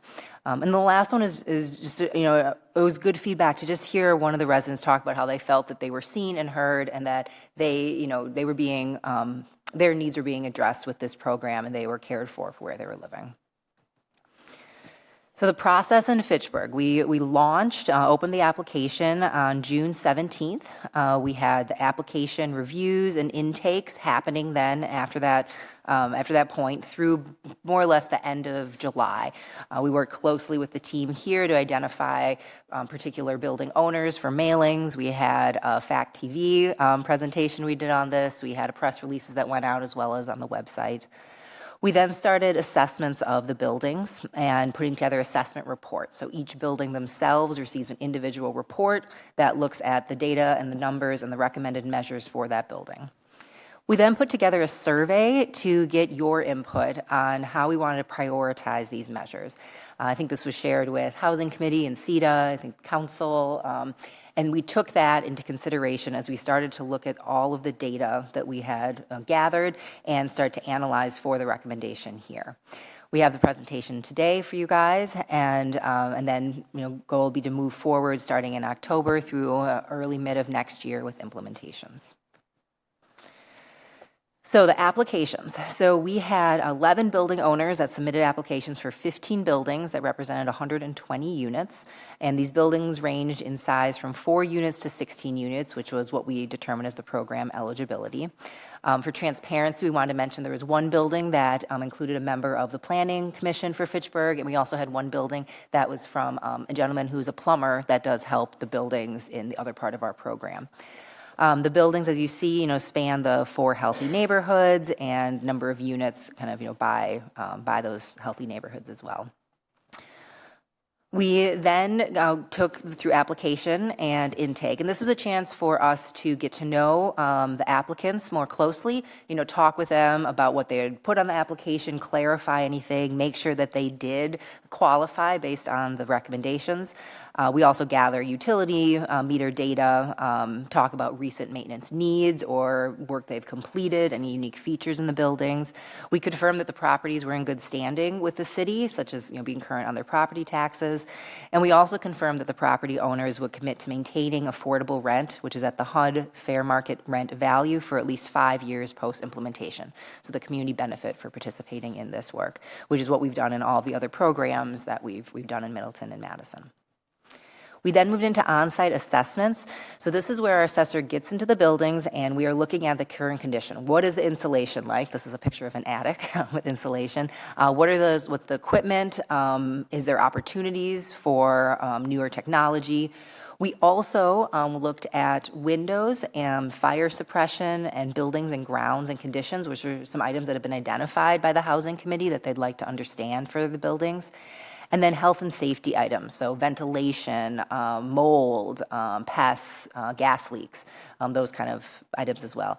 FACTv did join us for an assessment and did a presentation, or did an episode on this, which I linked here, so when it comes out, if you're interested in learning some more about what happens in the buildings. After that process, there were 10 buildings that moved forward from there, which represented 8 owners and 76 units total. This is a brief snapshot, kind of a little bit hard to see here, but of sample report. So as I talked about, we're looking at the overviews of those properties, we're recommending the measures, we're looking at the energy cost savings and the emission savings, the equipment that could work in certain buildings to meet those goals, as well as comparing building energy use to industry averages. It's very thorough. This is a summary on the survey results that we got back, the input on the prioritization. So the first question we'd ask is, which 2 factors are most important in how we prioritize? And the first one was residents being the space heating utility account holder. And what that means, in less jargon, is that residents are paying the utility bills, so the savings is going to go directly to them. And that was the highest factor that we received. Then you can see, also the energy savings and both, but the residents being the one that save. The second one we asked is, scenario question, you had $100 to spend on energy measures and health and safety measures, how would you want to spend it? And it was 4 people responded with a 50-50 split, and then 75 for energy and 25 for health and safety. So that also very much aligns with how we operated this program.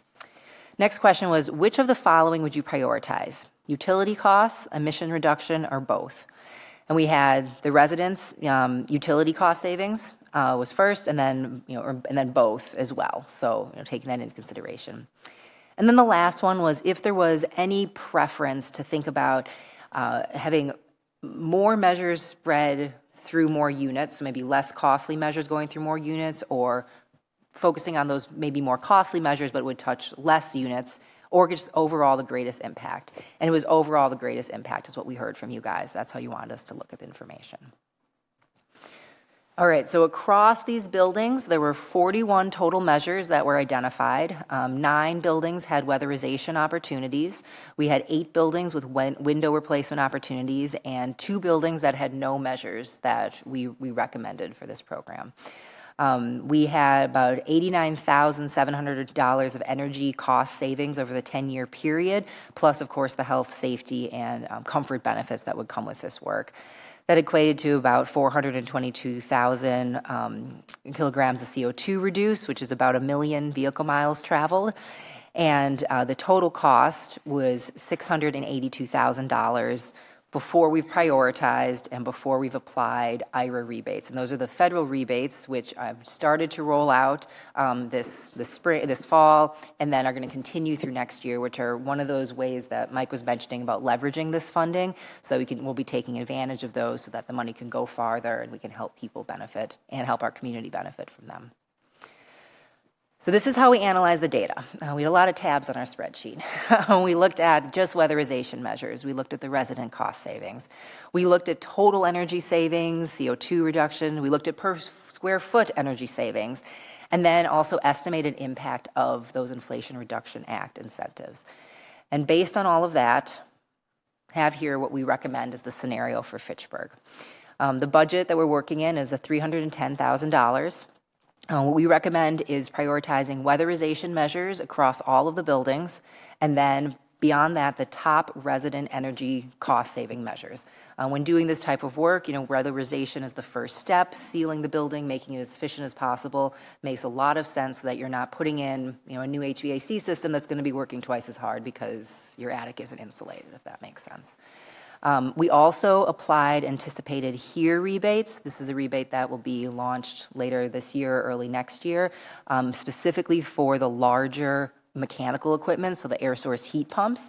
There are additional rebates that we will be able to apply to this, and we need to know a little bit more about the process, but we're confident that any of the large mechanical equipment, we would not go forward with it if we were not also getting the rebates for it. So this cost scenario is about $304,000. We have an estimated resident savings of $50,000, owners about $19,000. Total CO2 emissions of $307,000. It'd be 26 measures happening at 76 units of affordable housing across 10 buildings. And this would really be demonstrating, the importance of this work, the impact of this work, and setting up Fitchburg, we believe, for additional opportunities to continue this happening in more and more units of housing. Of those units, about 18 of the households are seniors that are over 65 years old, and 14 of those households are families that have children under the age of 18. So per building, I have some examples of what this would look like. So this is a Deer Valley Road building. This is a building that we identified attic insulation, rim joist insulation, ventilation, which is really important, and a refrigerator replacement. So you see the energy savings there, anticipated costs, and the CO2 reduction. The Smithfield property is one that's eligible for a dual fuel air source heat pump system. That's one of the largest actually saving potentials per buildings, as well as windows, ventilation, and refrigerators. We have another Deerfield and Smithfield property, similar, looking at the weatherization work and then the windows, attic insulation. We have a Red Arrow property, which has the attic insulation, pipe insulation, ventilation. You can see for this other Smithfield one, attic insulation, rim joists, and windows as well. These are two properties. They're side by side, so they do actually look twins. Both had a vertical roof insulation opportunity and ventilation in the buildings. And then we have two final buildings, are attic insulation, rim joist, windows, and then attic insulation, rim joist, ventilation, and refrigerators. So this is a summary of all the buildings, total costs, the savings per them, and the CO2 emissions and the number of units. So this is the way, we prioritize them, and we're able to analyze between all the buildings what this would look like. So next steps, we're here to give you an update, have discussion. We would move next into contractor quotes. So contractors would come out, give us specific information for each building. When they get up in the attic, do they find, a situation that hadn't been identified by the assessor? What is it specifically that they, are going to recommend for the course of action? With the work we've been doing, we've been very close to our estimates. We get the contractor quotes together, we'll put together a package, and then that would come back to council for approval for funding of those measures.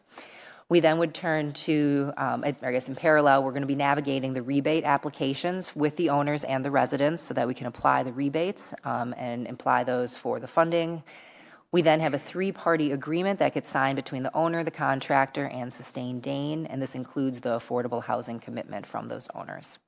At the end, we have the work completed, we review the work, we confirm it's done to the specifications, and we payment of the contractors, owner and resident surveys, and then a final report back to this committee as well as the other committees. So kind of final slide, kind of the summary of what we've put together from the work to date is 76 households of improved affordable housing coming out of this this recommendation, about $70,000 of energy cost savings, which equates to about 763,000 vehicle miles traveled can be avoided, and 307,000 kilograms of CO2 emission reduction. So with that, I'm done with my part of the presentation, and turn to you guys if you want to add anything or do questions now or move on. Yeah, thank you so much. That's really great to get an update about the program. I want to do a time check real quick. It's 8:37. So if we can keep some questions for this, and then we can move on to the next section. Yeah, I have some questions. Yeah, Mayor. So thank you very much for the presentation. My question is, you talk about I want to understand the IRA rebates, because who is going to apply for that rebate? The city? So because you need to double check, because if the residents apply for that, that money is kind of like, this is like a grant money.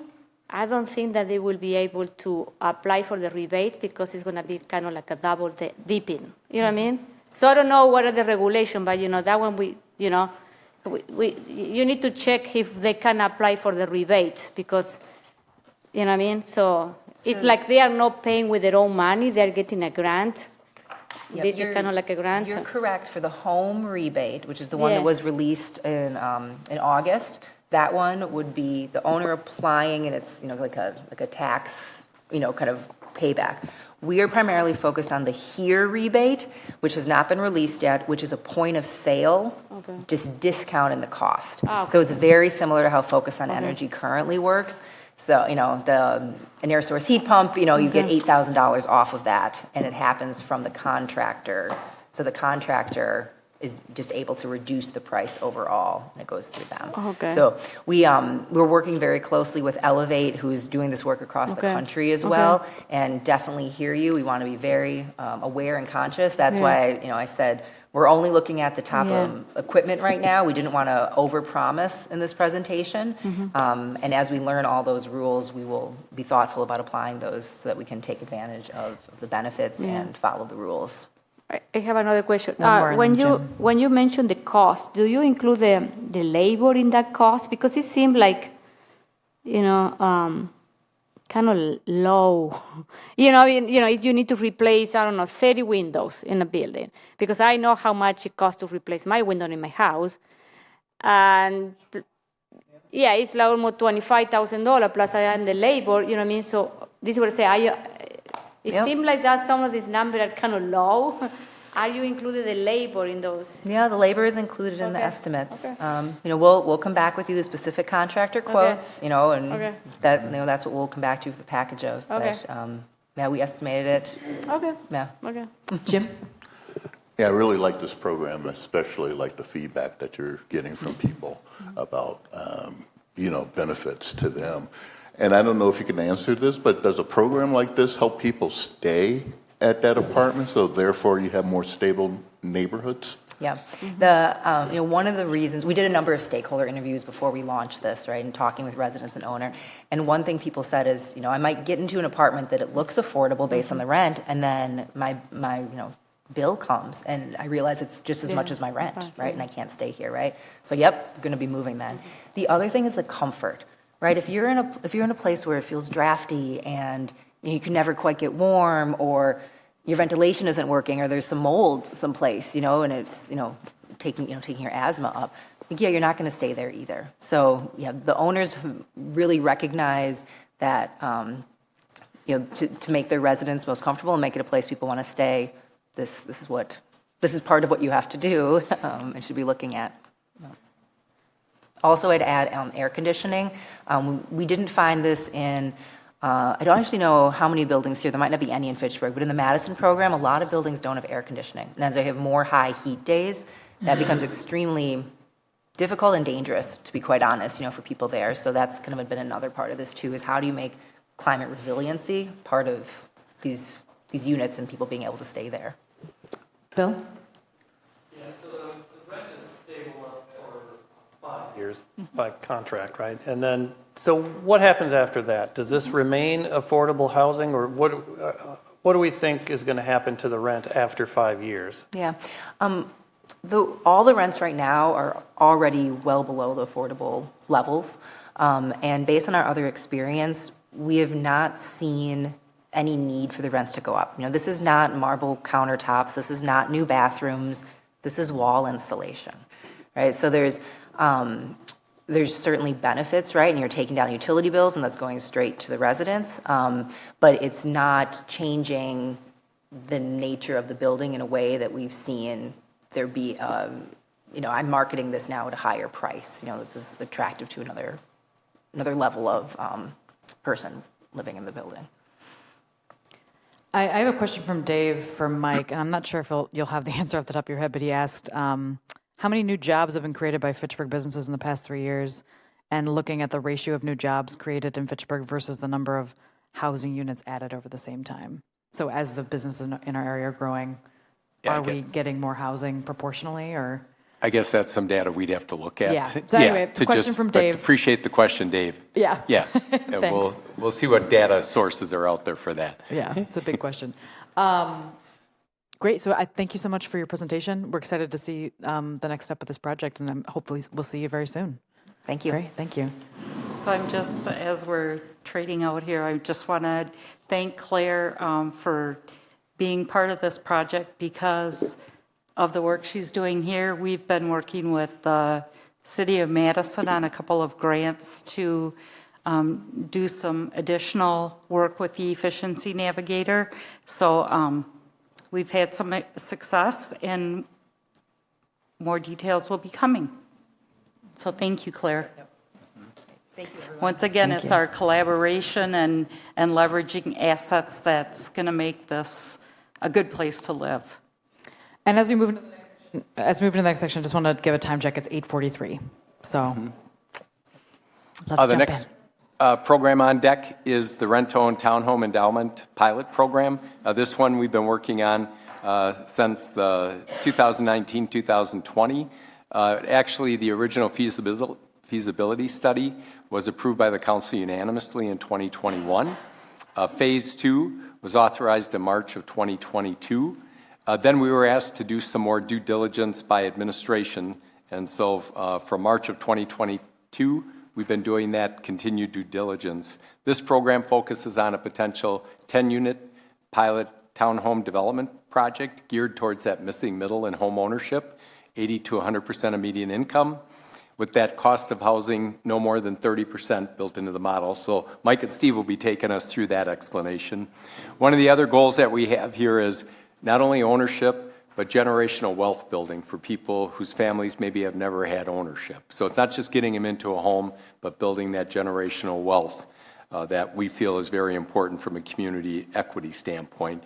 The other thing that's really intriguing to us as the staff people for this program is if it works as modeled, 96% of the funds, and you can see we're looking at 4.1 million of the 9.4 to go towards this program, would get replenished as the renters transition to conventional mortgages. So we're replenishing those dollars. So it's not just a one and done. And that's something when we use the word strategic and sustainable, that's why this program is intriguing, because maybe we can do a set of 10, replenish the funds, do another set of 10. And then Mike and Steve will take you through this. A lot has changed since we first started working with them on this model with construction costs, interest rates, and just the appreciation of housing values. And they have been continuously updating their model to reflect that. So I will turn it over to Mike and Steve.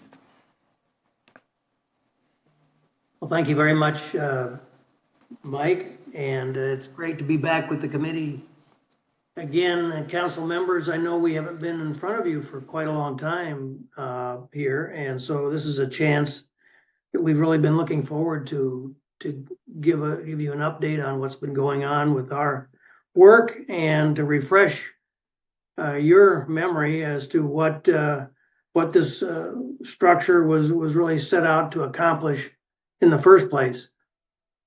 And I know that you're a little tight on time this evening, so we want to be efficient with it and still give you time to ask some questions and give us an opportunity to hopefully respond to those in a meaningful way. So we're going to work through this fairly quickly. We're more than happy to backtrack and go over details in as much depth as you would like.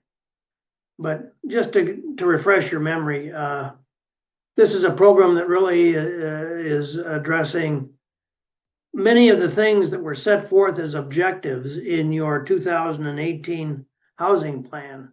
As Mike has already very well covered, this is addressing the need for workforce housing in that segment of population between the 80 and 100% of Dane County median income. It's creating an opportunity for first-time homeowners within that segment. I think it was noteworthy that your own report identified that the typical bar for income level just to access home ownership initially starts usually around the 140% level of median income in Dane County in order to give people an opportunity to have enough capital to access affordably housing for home ownership. When we talk about affordability, we're still talking about the idea of making it possible for someone to not have to spend more than 30% of their income for housing for as long as they're in this property. And so I think that's a very important thing that this model continues to try to address. Let's go to the next slide.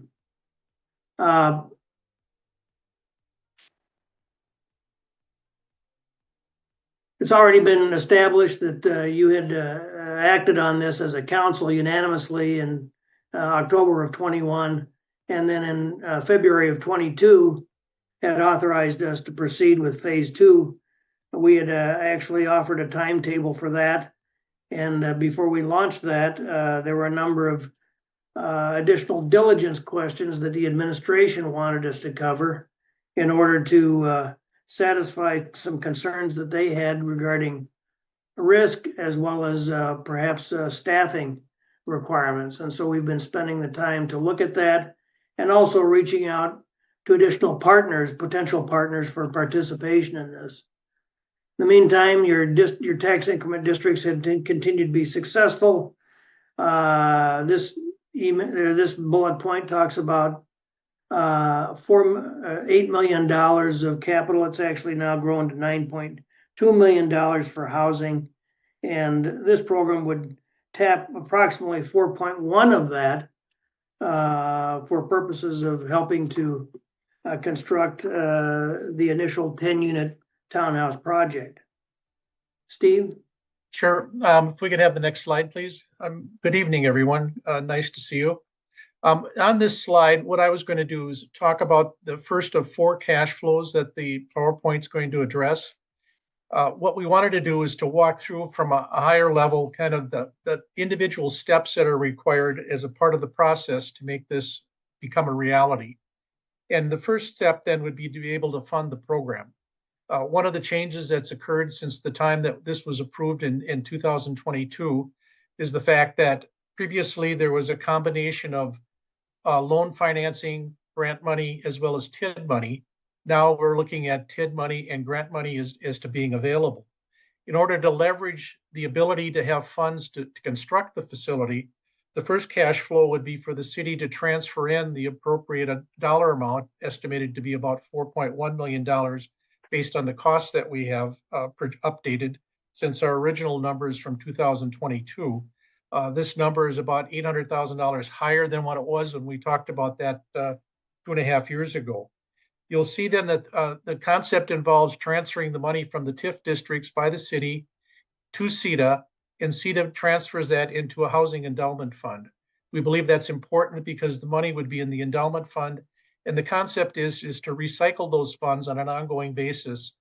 As the unit is sold, the funds come back into the endowment fund and can be used for other projects in the future. I think Mike has gone through the tax increment revenues that you're expected to receive over the last 3 years. There are, for the foreseeable future after that, there's not a big input of additional tax increment dollars, and these dollars coming back in the next 4 to 8 years as projected in the study would be available to continue additional housing projects and recycle those funds within the individual fund. So that would be the first cash flow. Let's get the money into the fund and have it available for the project. Mike, if you'd go to the next slide then, please. Yes. And that's the second cash flow that we're going to talk about, which is the construction of the facility. So we know that the city is planning to utilize the Community and Economic Development Authority for purposes of execution of the program. We understand and are well aware that the CETA is not staffed in and of itself to undertake all of those direct activities. And so with that in mind, it's the anticipation of that the program would engage agents to act on behalf of CETA in the execution and in the management of the program. The slide number 4 here identifies that CETA would solicit a development design, solicit builder proposals, solicit the project manager, all utilizing an agent. H&A Advisors is prepared to assist with that. Most importantly, an initial thing to achieve here is site identification, because a lot of the costs that we have identified are costs that are somewhat generic until we are able to identify a specific site that would enable us to more effectively understand what not only the site cost was, but any preparation that would be necessary that would, in order to accommodate the construction on that particular property. Builders have been, we have discussed this with numerous builders throughout the area, and we would anticipate utilizing, obviously, a qualified local builder in the project after soliciting those builders based on specifications identified. And the cash flow in the construction fund would be utilized based on the funds made available through tax increment districts to construct the project initially. We can look at the sources and uses slide, the next slide. What we're showing here is the estimated total project cost. At this point, we're estimating roughly $4.2 million in cost. This number has increased significantly, obviously, since 2021. We were at about $3.4 million at that point in time, and now we're at 4.1. Of course, the interest rates have increased since then, and so we've modified this program to accommodate all of that. But instead of financing the upfront costs externally, they are now being proposed to be financed internally. Steve, you want to talk about the operation and maintenance flow funds? Sure. So we've talked about the first cash flow. We got the TIF monies. The second cash flow that Mike looked at is the funds to build it. The project is being built. And then what happens when the project is being built? So the third cash flow is the operation and maintenance of this. And this is where through interviews and we've selected a tenant. The tenant is paying rent within the unit for the use of the unit or the occupancy of the unit. And as you know, this is a rent to own concept, so they continue to pay rent to that's owned. The unit is owned by CETA. There's a management company that's handling the collection of the rents, and those rents then are deposited into a fund to be able to pay for the operating expenses and create that equity. So if you would turn to the next slide. The next slide then is the cash flow. And in this particular case, remember, this has been targeted for 80 to 100% of median family income. Now, the question before is, what does that mean? The numbers that we're using are numbers that are developed by HUD on an annual basis. They come out after the first of the year. And you'll note then where it says 2024, the annual median income at 100% is $110,063. Now, this is for a family of 3. If it's a family of 1 or 2, that number is a little bit less. If there's a family greater than that, it's a little bit more. So at the upper end, the 110 would be the income at 100%. If you were to say 80%, what is that number? That number is about $88,000. So this would be based on income in 2024. 80 to 100% would equate to $88,000 to $110,000. So that would be the income range of the individuals that would qualify for the program. That may sound large, but it could be typically maybe a beginning teacher and a policeman when they add that income together that would fit in that particular bracket. And what we find is that although the income may appear to be large, it's the down payment that's very difficult to achieve. And the rent to own concept is a way for them to achieve that equity, which is their 20% of the mortgage that's necessary to leverage the mortgage from the lender. So when you look at the cash flow, what we've done is we've identified the specific expenses. In this particular case, they're about $13,000. If you take that off the 30% of income, 30% times the $110,000 is $33,000, just over $33,000 in income that's available for housing. When we say 30%, that's the number in this particular case. $13,000 is used to pay roughly the operating expenses. There's $20,000 that's left over that accrues then over the next 4 years to create the money that's necessary to have the 20% to take the mortgage out. So that's third cash flow that we're looking at. The last cash flow then becomes, what is the takeout then and how does that occur? Mike, will you talk about that, please, in the next slide? All right, so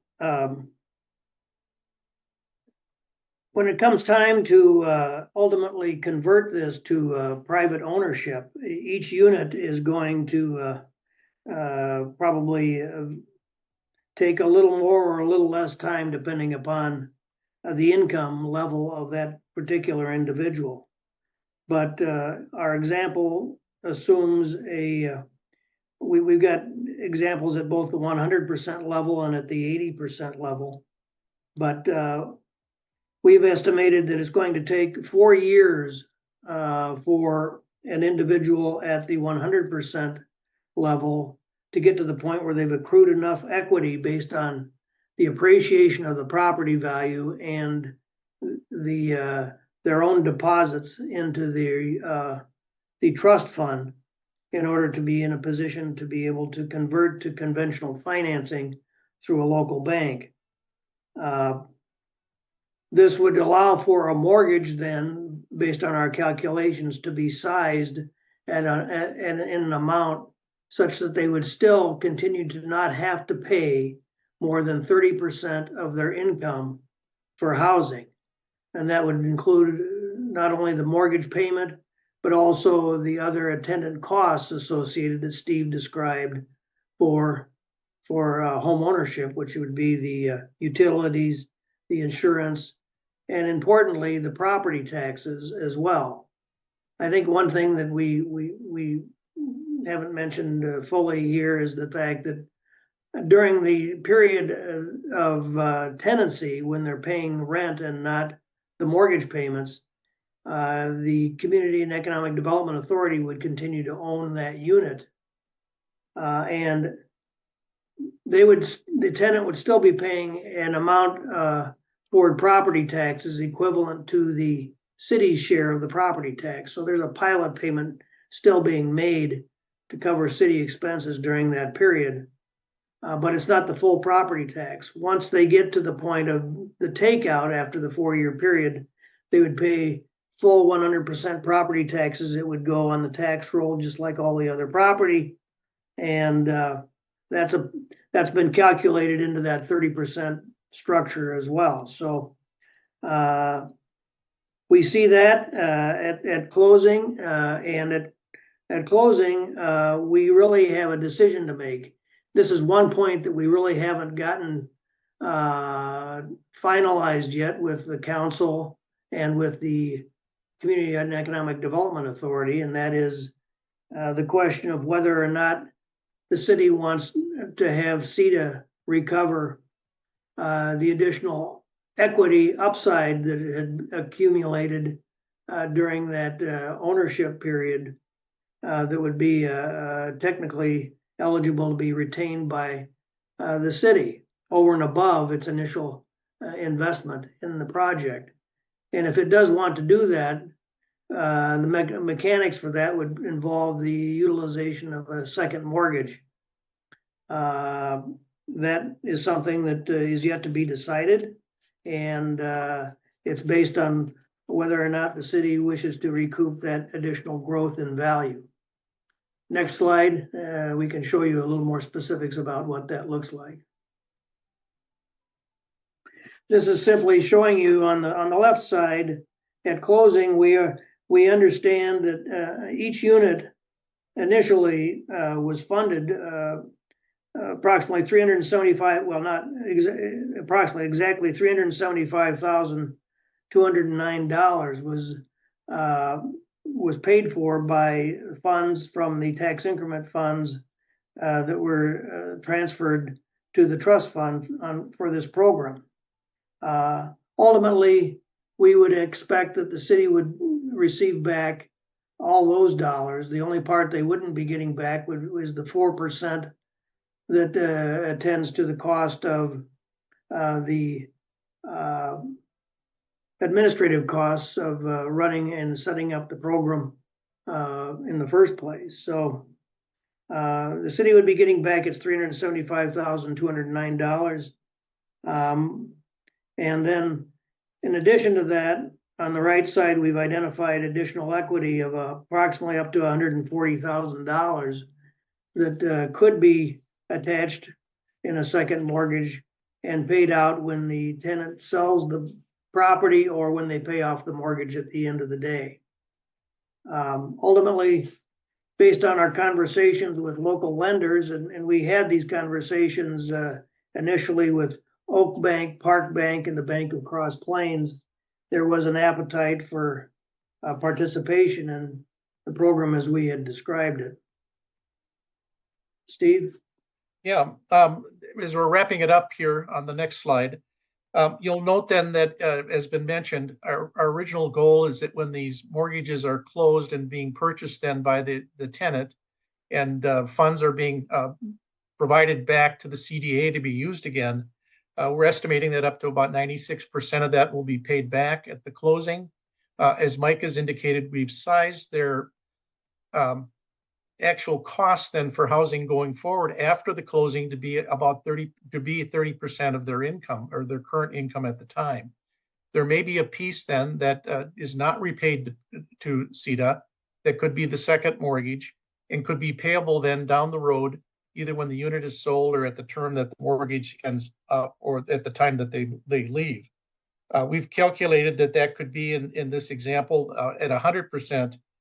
Depending upon when the payout were to occur, if it were in the 10th year, another $170,000 or up to another $300,000, depending upon the increase in value in those units over that period of time. So initially, the city would get its money back.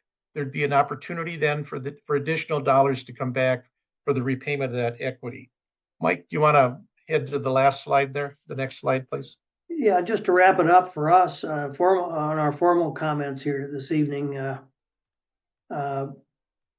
we just wanted to relate the fact that we've worked hard, I think, to try to do the additional diligence with the staff that was necessary to satisfy some of the questions that had come up.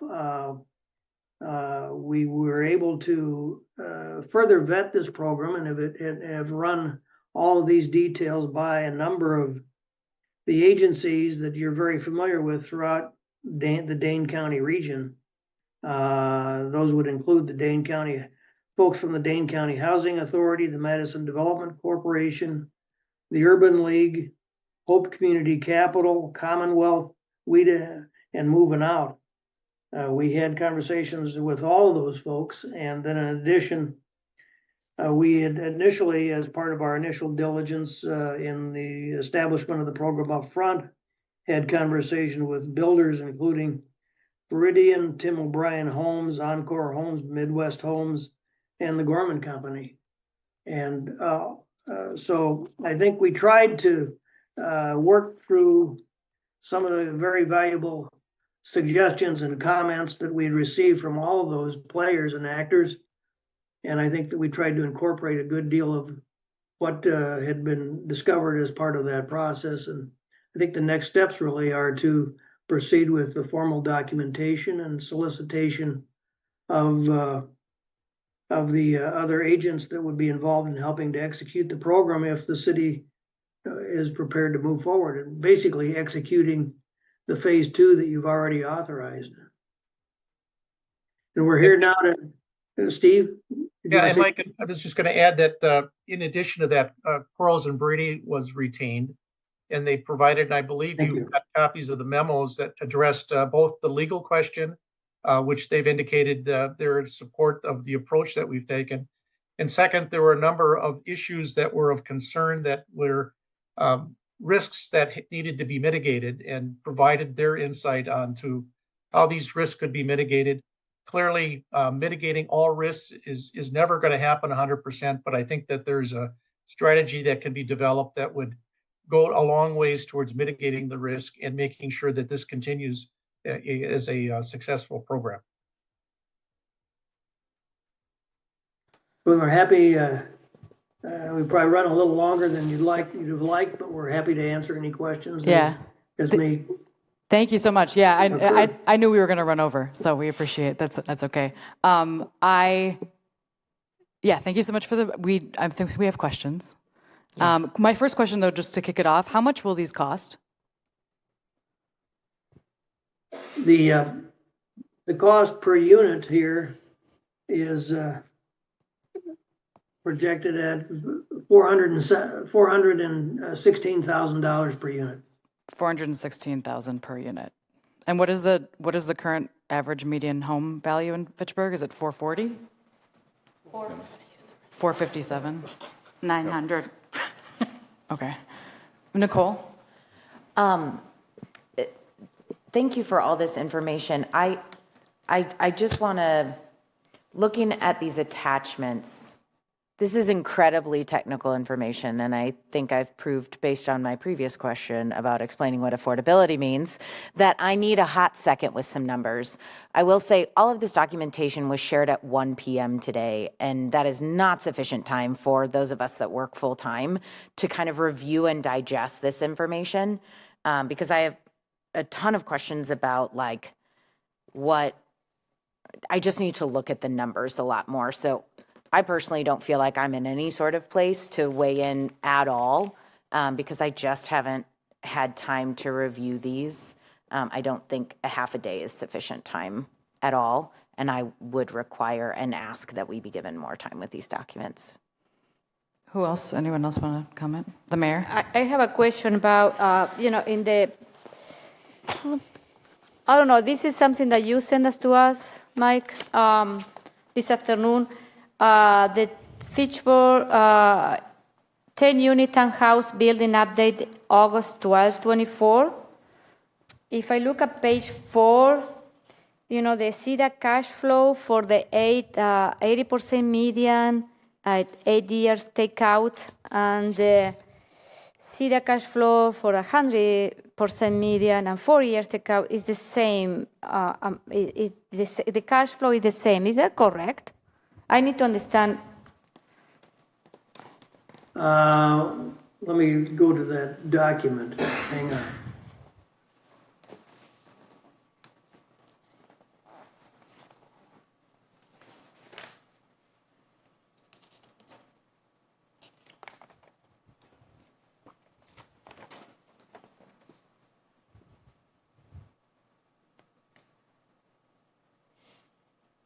Let's see.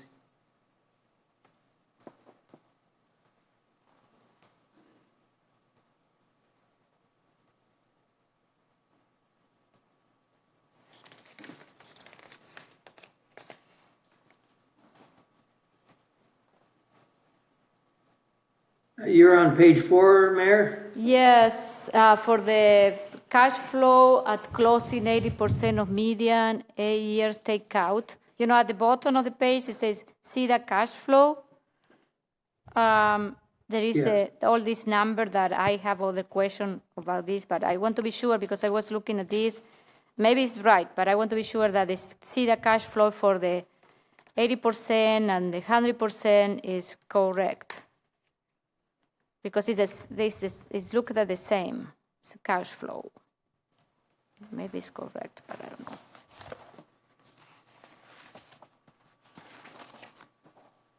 Maybe something to follow up on Well, afterward? Yeah. No, I think these are accurate, Mayor. I'll be happy to go through it in detail with you. But, yeah. I know that we don't have time, but I think I would like to go through the number because I don't understand some of this number. But I don't know if we have time. we can stay.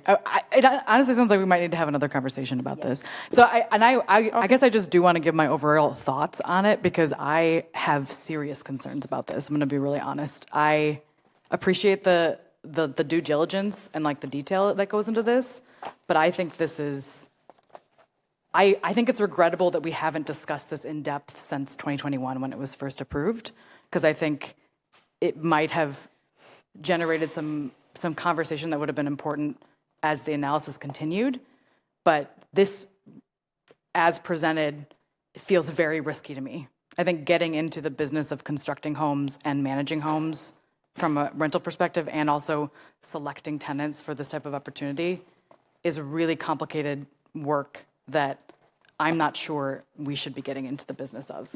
So I have serious concerns. That's my overarching thought. Does anyone else want to add their thoughts? I would agree with your last statement. And I again, don't want to weigh in because I feel like I haven't had time with the numbers. But as it was being presented, I was thinking to myself, are we signing up for the city to be landlords? Which that's what it feels like. And if I'm misunderstanding it, very highly likely, but if that's what I'm understanding it, and I think as always, Gabriella, you summarized what so eloquently, if we're signing up to be landlords, that also makes me nervous because I love so much the idea. We all agree we need more affordable housing. I'm struggling with why this is the best way to go about it. So my initial pass was kind of the same. I just thought maybe I'm misunderstanding it because I didn't have time with the documents. So, Bill? I have a couple of things I'd like to add too. You want to do it? Yeah. Jay, go ahead, and then we'll do Bill afterward. All right. First, Mike, you had brought up Renaissance on the Park earlier in your presentation. And one of the things I'd really like to know is, those initially were sold as below market rate houses. Where are they now? Are they just back up to market rate? And if so, is there a way to prevent that from happening as we move forward with other types of projects? The other question that I wanted to throw out there was I have had a couple of conversations with a few landlords in the last month or so.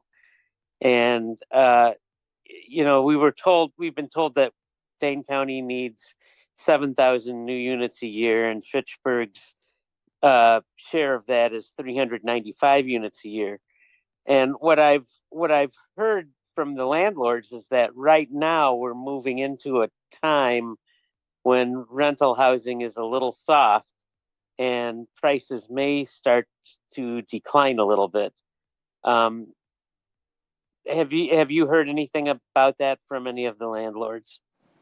We've heard that anecdotally from some folks. It seems like there's a lot of inventory that's come online at the same time within the region. What we've heard from some recent conversations with developers, I think that inventory kind of works itself out over the next 8 to 12 months. And then we get back to maybe it's not as sluggish as it is right now over the next 8 to 12 months. It seems like it's a pipeline and timing kind of issue of when units have come online, according to 2 or 3 developers that we've talked to about it recently. And Jay, I can check on the values of those homes on Renaissance on the Park and just kind of see where they're at. My understanding about affordability of homes is that the only way to guarantee an affordable home long-term would be to work through a land trust. That's the only model I'm aware of that would maintain affordability of a unit in perpetuity. But I could be wrong, but that's my understanding of housing. Well, I think to my earlier slide about the one size fits all, I think and as we end with a couple of more slides, we've got other programs, ideas, out there and everything. And I think this one, again, is focused on that missing middle, the people that sometimes get forgotten about, even with down payment assistance, and they're ready for home ownership, but they just don't have the down payment or can't get into it. So I think this model with the 30% and keeping the cost at no more than 30% allows them to get into that And then the aspect we like is the generational wealth building there. To your question about management, we would be contracting both with a developer and with a management company to handle those responsibilities. And those would be some of the documents that would come next in the Phase 2 work that was authorized by the Council in March of 2022 for it. But we'll be mentioning some of the other programs that we could maybe vet, and conversations we're already having with other partners to learn more about those potential opportunities. Bill?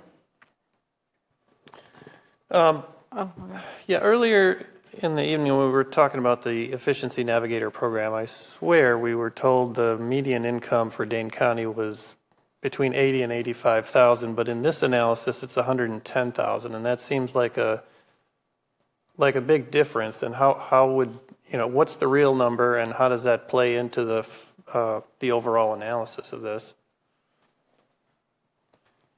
If I could address just our number, that is coming from HUD's data. It's for a 3-person household as of January 1st of 2024. And Mike and Steve, you're one person. Didn't you reference 80-some-thousand, Steve?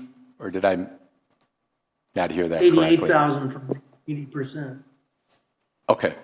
I think the 85 or 82 number came from me when I was asking for numbers in trusty Google. So I do think it's why it's important.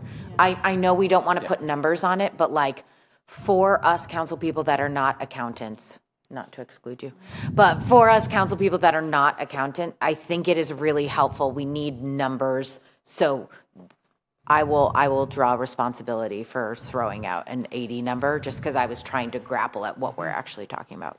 My understanding of AMI too is that it's based on family size. So like the AMI for a single family home is different than the AMI for a 3-person family home. So it's always going to vary depending on the makeup of the family. So I have a question. So the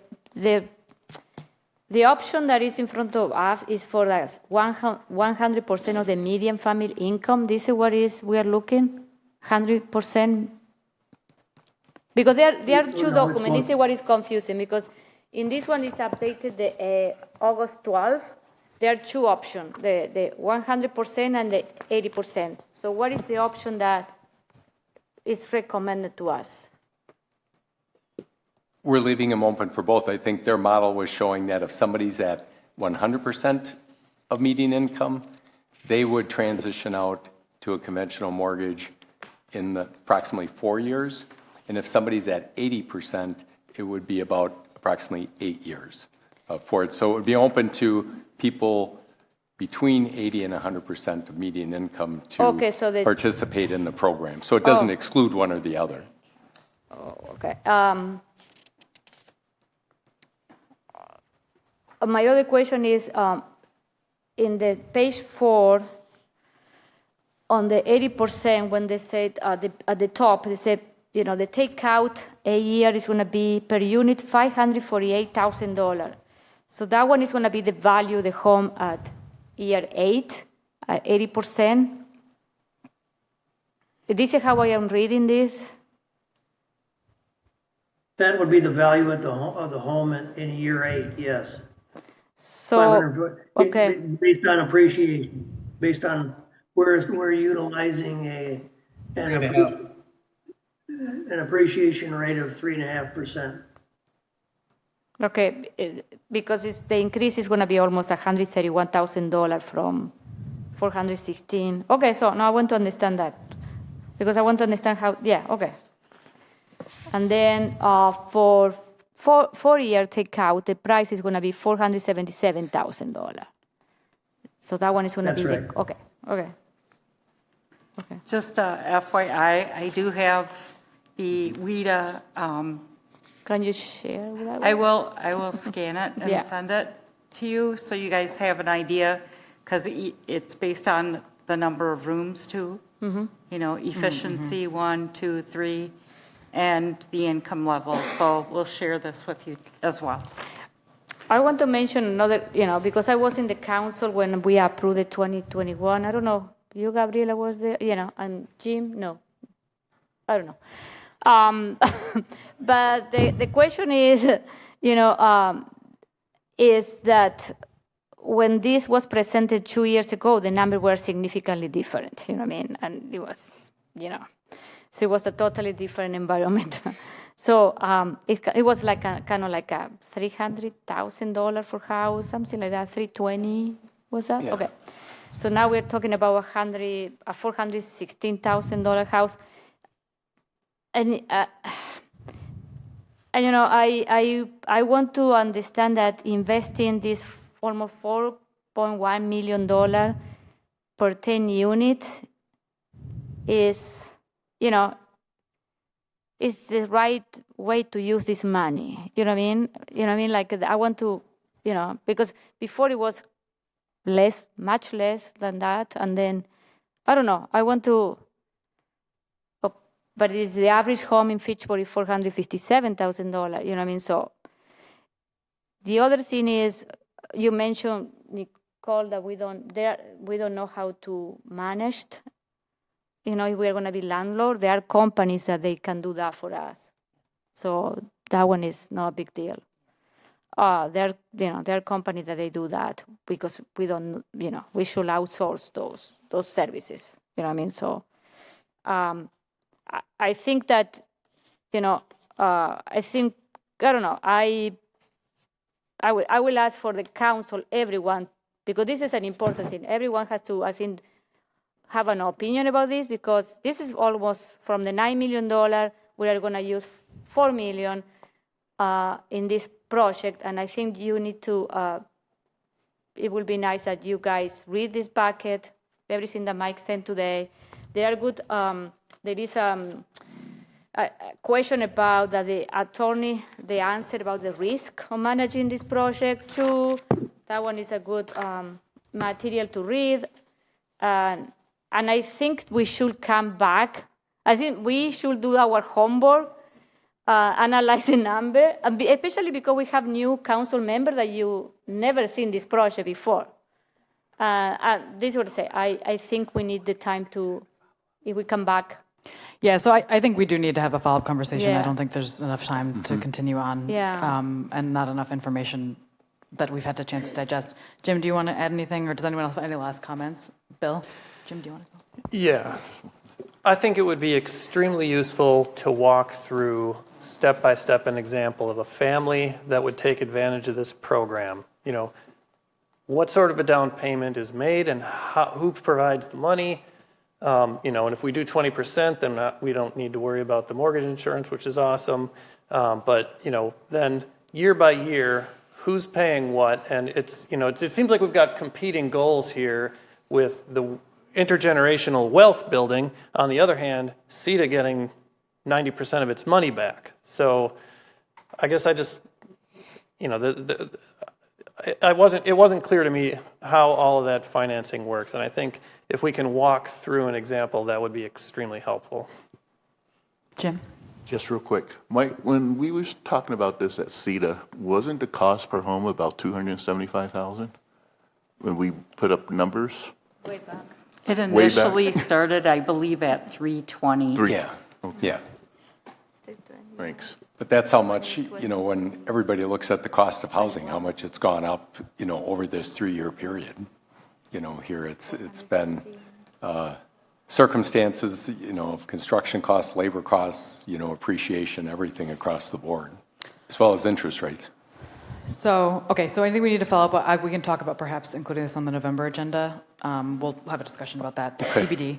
And then we can move on. And Madam Chairman? Oh, yes. Can I just make one last comment? Absolutely. As an observation. I appreciate that to really understand this, and you do as a council. It's entirely necessary and appropriate for you to have an opportunity to walk through the details step by step and understand the cash flows. So we welcome you to do that, and we welcome an opportunity to help to the extent that you'd like us to in terms of understanding that. But the main thing I just wanted to say and try to get on the table for you to think about is that what I think makes this program unique over any of the others that are really, that I've heard of that are out there right now, is the sustainability of it. This is a program that really gives you a chance to recoup some of those dollars, some of that, most of that $4 million that you're putting out is coming back to be used again and again. That to me is significant for a community that wants to have the ability to do something like this, because you're not going to be able to close tax increment districts every year, of course, and you've been very successful with your tax increment programs and will continue to be, I'm sure. But it takes time to build those kinds of dollars and to have the opportunity to take advantage of that last year. In the meantime, this gives you something to provide a cash flow to continue serving that kind of a population. So I just leave it at that. Thank you so much. Appreciate you all spending so much time with us tonight to come out and give us some more information. Thank you. Can we do something? If we read and we have questions, can we send all the questions maybe to Mike and Joyce and they gather the questions so they can send it to Mike so they can be prepared for what type of question we are going to bring. It's a good suggestion. You know what I mean? I think because, Yep, homework in advance before the next discussion. I think we need to do the homework in advance. We cannot come to a meeting like, Yep. You know what I mean? Thanks for the suggestion. And I'll go ahead and turn it back over to Mike. Okay, can I just, I want to thank Mike and Steve. This has been a multi-year journey with them, with some stops and starts that weren't anticipated there. So we appreciate their patience and them sticking with us. I think the one thing that gives me confidence in piloting a program in this model is Ellers was our financial advisors 30 years ago that put us on the path that got us to the AAA bond rating. So I have confidence in Mike Harrigan and Steve Affelbacher based on the journey that they've helped Fitchburg get to AAA bond rating. They were instrumental in that, and we couldn't have any better financial advisors to look at a pilot program like this. So thank you, guys. Can I just make one editorial? As we've been working through this process, we have vetted this program, and we have a lot of communities watching and waiting for us to move forward.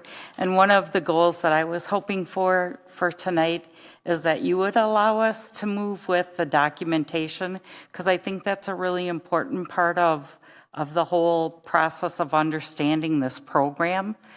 I've talked often to Mike about maybe we should really be actively looking for a lot right now and putting an option on something. Maybe the financial numbers aren't there right now, but that doesn't mean that this program should be squashed.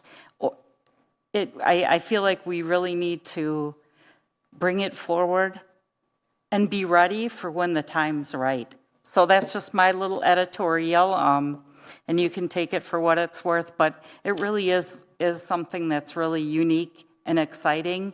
I know I've talked a lot with Sun Prairie, Dane County. I had Kurt Paulson with the UW look at the program. We've had a lot of people look at it, and they're like, wow, this is really cool if we could make it work. So that's just my thought. So, no, I agree with you. This is an innovative, program, and one of the values that the city has to be an innovative city. So I think, this is a program that we have not done in the past. It's risky. It's going to have risk. I agree with that. I don't think that we are opposed to the program. It's like, especially there are new people that they're asking questions, you know what I mean? But I think it's an innovative program. I want to say that. And I know that you guys have put a lot of time. We have been talking about this for 3 years, maybe. So believe me, I would like to see the light, if we are moving forward or not, because, we cannot drag this program forever. We need to make a decision before year ends if we move with this program or not. The other question that I want to ask, I know that in your presentation in the slide you mentioned that there are other alternatives, like I really like it. The other one is to incorporate our affordable workforce unit in a market rate. You know, I don't know, you're going to speak to that? Let's kind of jump into that then. Continue with that? Okay. But how fast can you do these slides? The last slides? Oh, we only have, Lorraine's got to have a few minutes here. So she's got 3 or 4. I just have market rate. There's just one slide. Okay. Yeah. Sorry for the time crunch, Lorraine, but can I get you to warp speed? Yep. Yeah. Okay. The third program or track that we've been on are workforce units within a market rate development. And this one is looking at 10% of the units being at 60% of that Dane County median income. This would increase the new supply of workforce units and expand it geographically wider through the city. We are working with Ellers, our current financial advisors, Greg Johnson and Keith, on this program. And we've been working with our partners at Venture Capital on the Bella Springs project there off of Index Road. And one of the models that we were looking at was an upfront deferred loan or operating under our traditional pay-as-you-go developer bond model that we've done historically through our tax increment districts. There would be a mix of unit types. We've already contacted WIDA.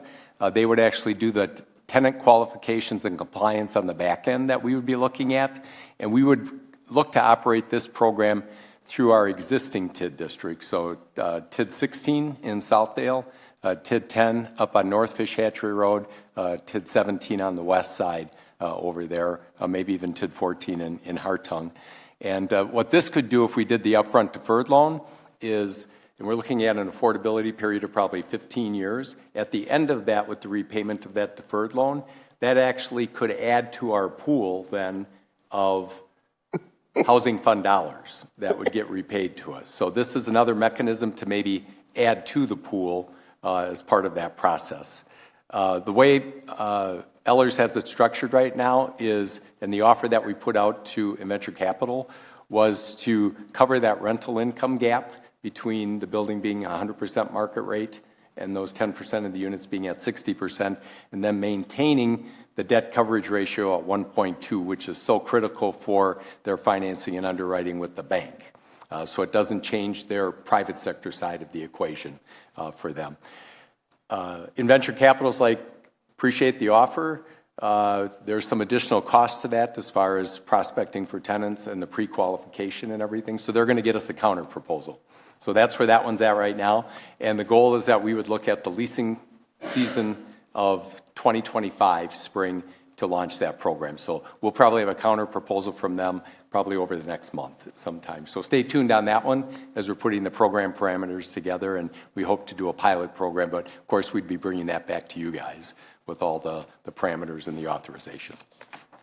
So with that, we're going to transition over to, we're really excited and delighted to have Lorraine Gage with us, our Housing Initiatives and Program Specialist, and she's going to give you a quick overview of everything she's been working on since she started in July, and then already her partnerships and network that she's building and developing. Take it away, Lorraine. Thank you, and I will not be long, I promise. So I want to just say thank you to the council and the mayor for approving this position. I think it says a lot about this community that your focus is housing, and bringing diversified housing is really important. It is really a joy to work with both Joyce and Mike. They bring us a lot of institutional knowledge and overall knowledge and experience that is really, I think, I kind of fit that missing, or the puzzle piece with the team, and with my experience in diversity and working with real estate and mortgages. So in my 2 months, I kind of had like little buckets of areas that I've been focusing on. Really, a major piece has been building rapport. So I had the opportunity of going out into the community with Jack Pearson, and I went to pretty much a lot of the multifamily properties where I was able to meet property managers and actually some tenants as well. And I learned a lot. I think kind of Joyce talked about it earlier, but some of our older housing stock definitely needs some work. And I really would like to focus on those multifamily properties. It's just, they're older housing stock and, need a lot of updating. And so I'm looking at programs to assist with that. Another area, obviously, is training in so many areas. So obviously the process and procedures throughout learning, but also focusing on the regional housing plan, focusing on Fitchburg's housing plan and the comp plan, and really understanding how I can leverage those plans. Another area is partnerships, really developing partnerships within the community, Dane County as a whole, and then also on a state level, and just really trying to build those partnerships to assist in the affordable housing crisis.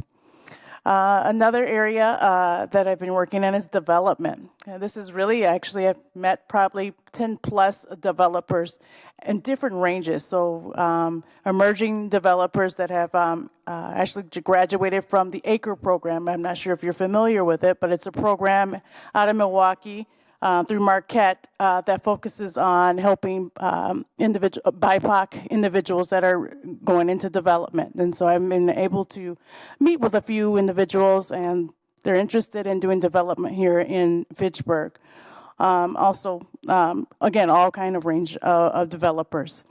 Housing programs, definitely delving into that. CDBG, looking at small business grants, and then WIDA and HUD, and looking at just diversified types of programs to help assist our current residents and then resident or individuals that are interested in living here in Fitchburg.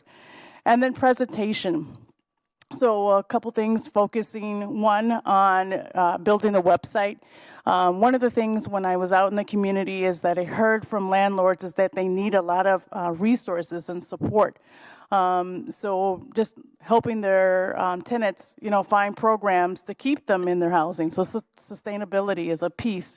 So I put some links out there on the website just to kind of help those property managers and the residents. Also, there's a lot of first-time home buying programs that I also provided on there as well. So I'm just going to continue to build that so that our residents can have a one-stop shop to kind of get that information. Also, I'm working with FACTv. I will be putting a video out on the website very soon. Just so they learn a little bit about what I do, but also how, we're improving our housing program in Fitchburg. Additionally, I would like to start to present information about what's happening on a regular basis so that our residents are aware. And then I can move on to the next slide. Really, that's kind of leading this charge is the Dane County Regional Housing Strategy, as Olivia presented this a while ago, but really utilizing that. I think it's an important document to help us understand about our region, our locally in Fitchburg, and it really just guides our work. I have the opportunity of actually serving on the Regional Housing Exec team, which is comprised of different municipalities, also members of the Dane County Board, so we can deep dive into the work and learn how we can improve the affordable housing crisis. And then future program considerations. So there's a lot of programs out there that we're really considering. I won't name all of those that are listed, but down payment assistance is definitely something that I really want to work on. Also, emergency housing fund, I think, is also a key focus, but definitely utilizing what's in our housing plan and also kind of being innovative and looking at other programs as well. And then partnerships, as I kind of talked about before, these are kind of all of the organizations that I have already partnered with and still continuing to partner with more. I think that's the key, is building and forming relationships so that we can get more knowledge and experience and collaborate with other organizations. And that is it for mine. Any questions? Julia. Laureen, are you planning to update the housing plan too? Yes. Okay, good. When, in 25? Yes? Yes. Okay. The plan for 2023. Okay. But again, we just thank you for the capacity for bringing us a position and bringing us Laureen. We just needed additional capacity with all the other work so that's on our priority list there. We are so delighted to have you join us. Yes. Thank you for being here. You've Nicole, been here for 2 months, you said? Yes. Welcome. She's hit the ground running, and again, That's it's just great. Her knowledge base and network and everything. Just we're really fortunate to have her. So that's great, and you have 2 great team members Yes, I too. do. So Thank you. Thank you all so much for your time. I know this took a lot of work to put together, a lot of work. So thank you for coming, for putting this together, and for engaging our program partners to do their presentations as well. I'm really excited to pick up this conversation again, and we'll work on the details of that. Okay. And thanks to our Housing Advisory Committee members that stuck through it. Thank you so much for being here. We can move on to the next item, announcements. Our next committee of the whole meeting is October 23rd. That will be focused exclusively on budget amendments. So a little bit of a different style. I'll take a motion to adjourn. So moved. Second. Moved by Allen, seconded by Jetzer. All in favor say aye. Aye. Motion Aye. carries. We are adjourned at 9:43 p.m.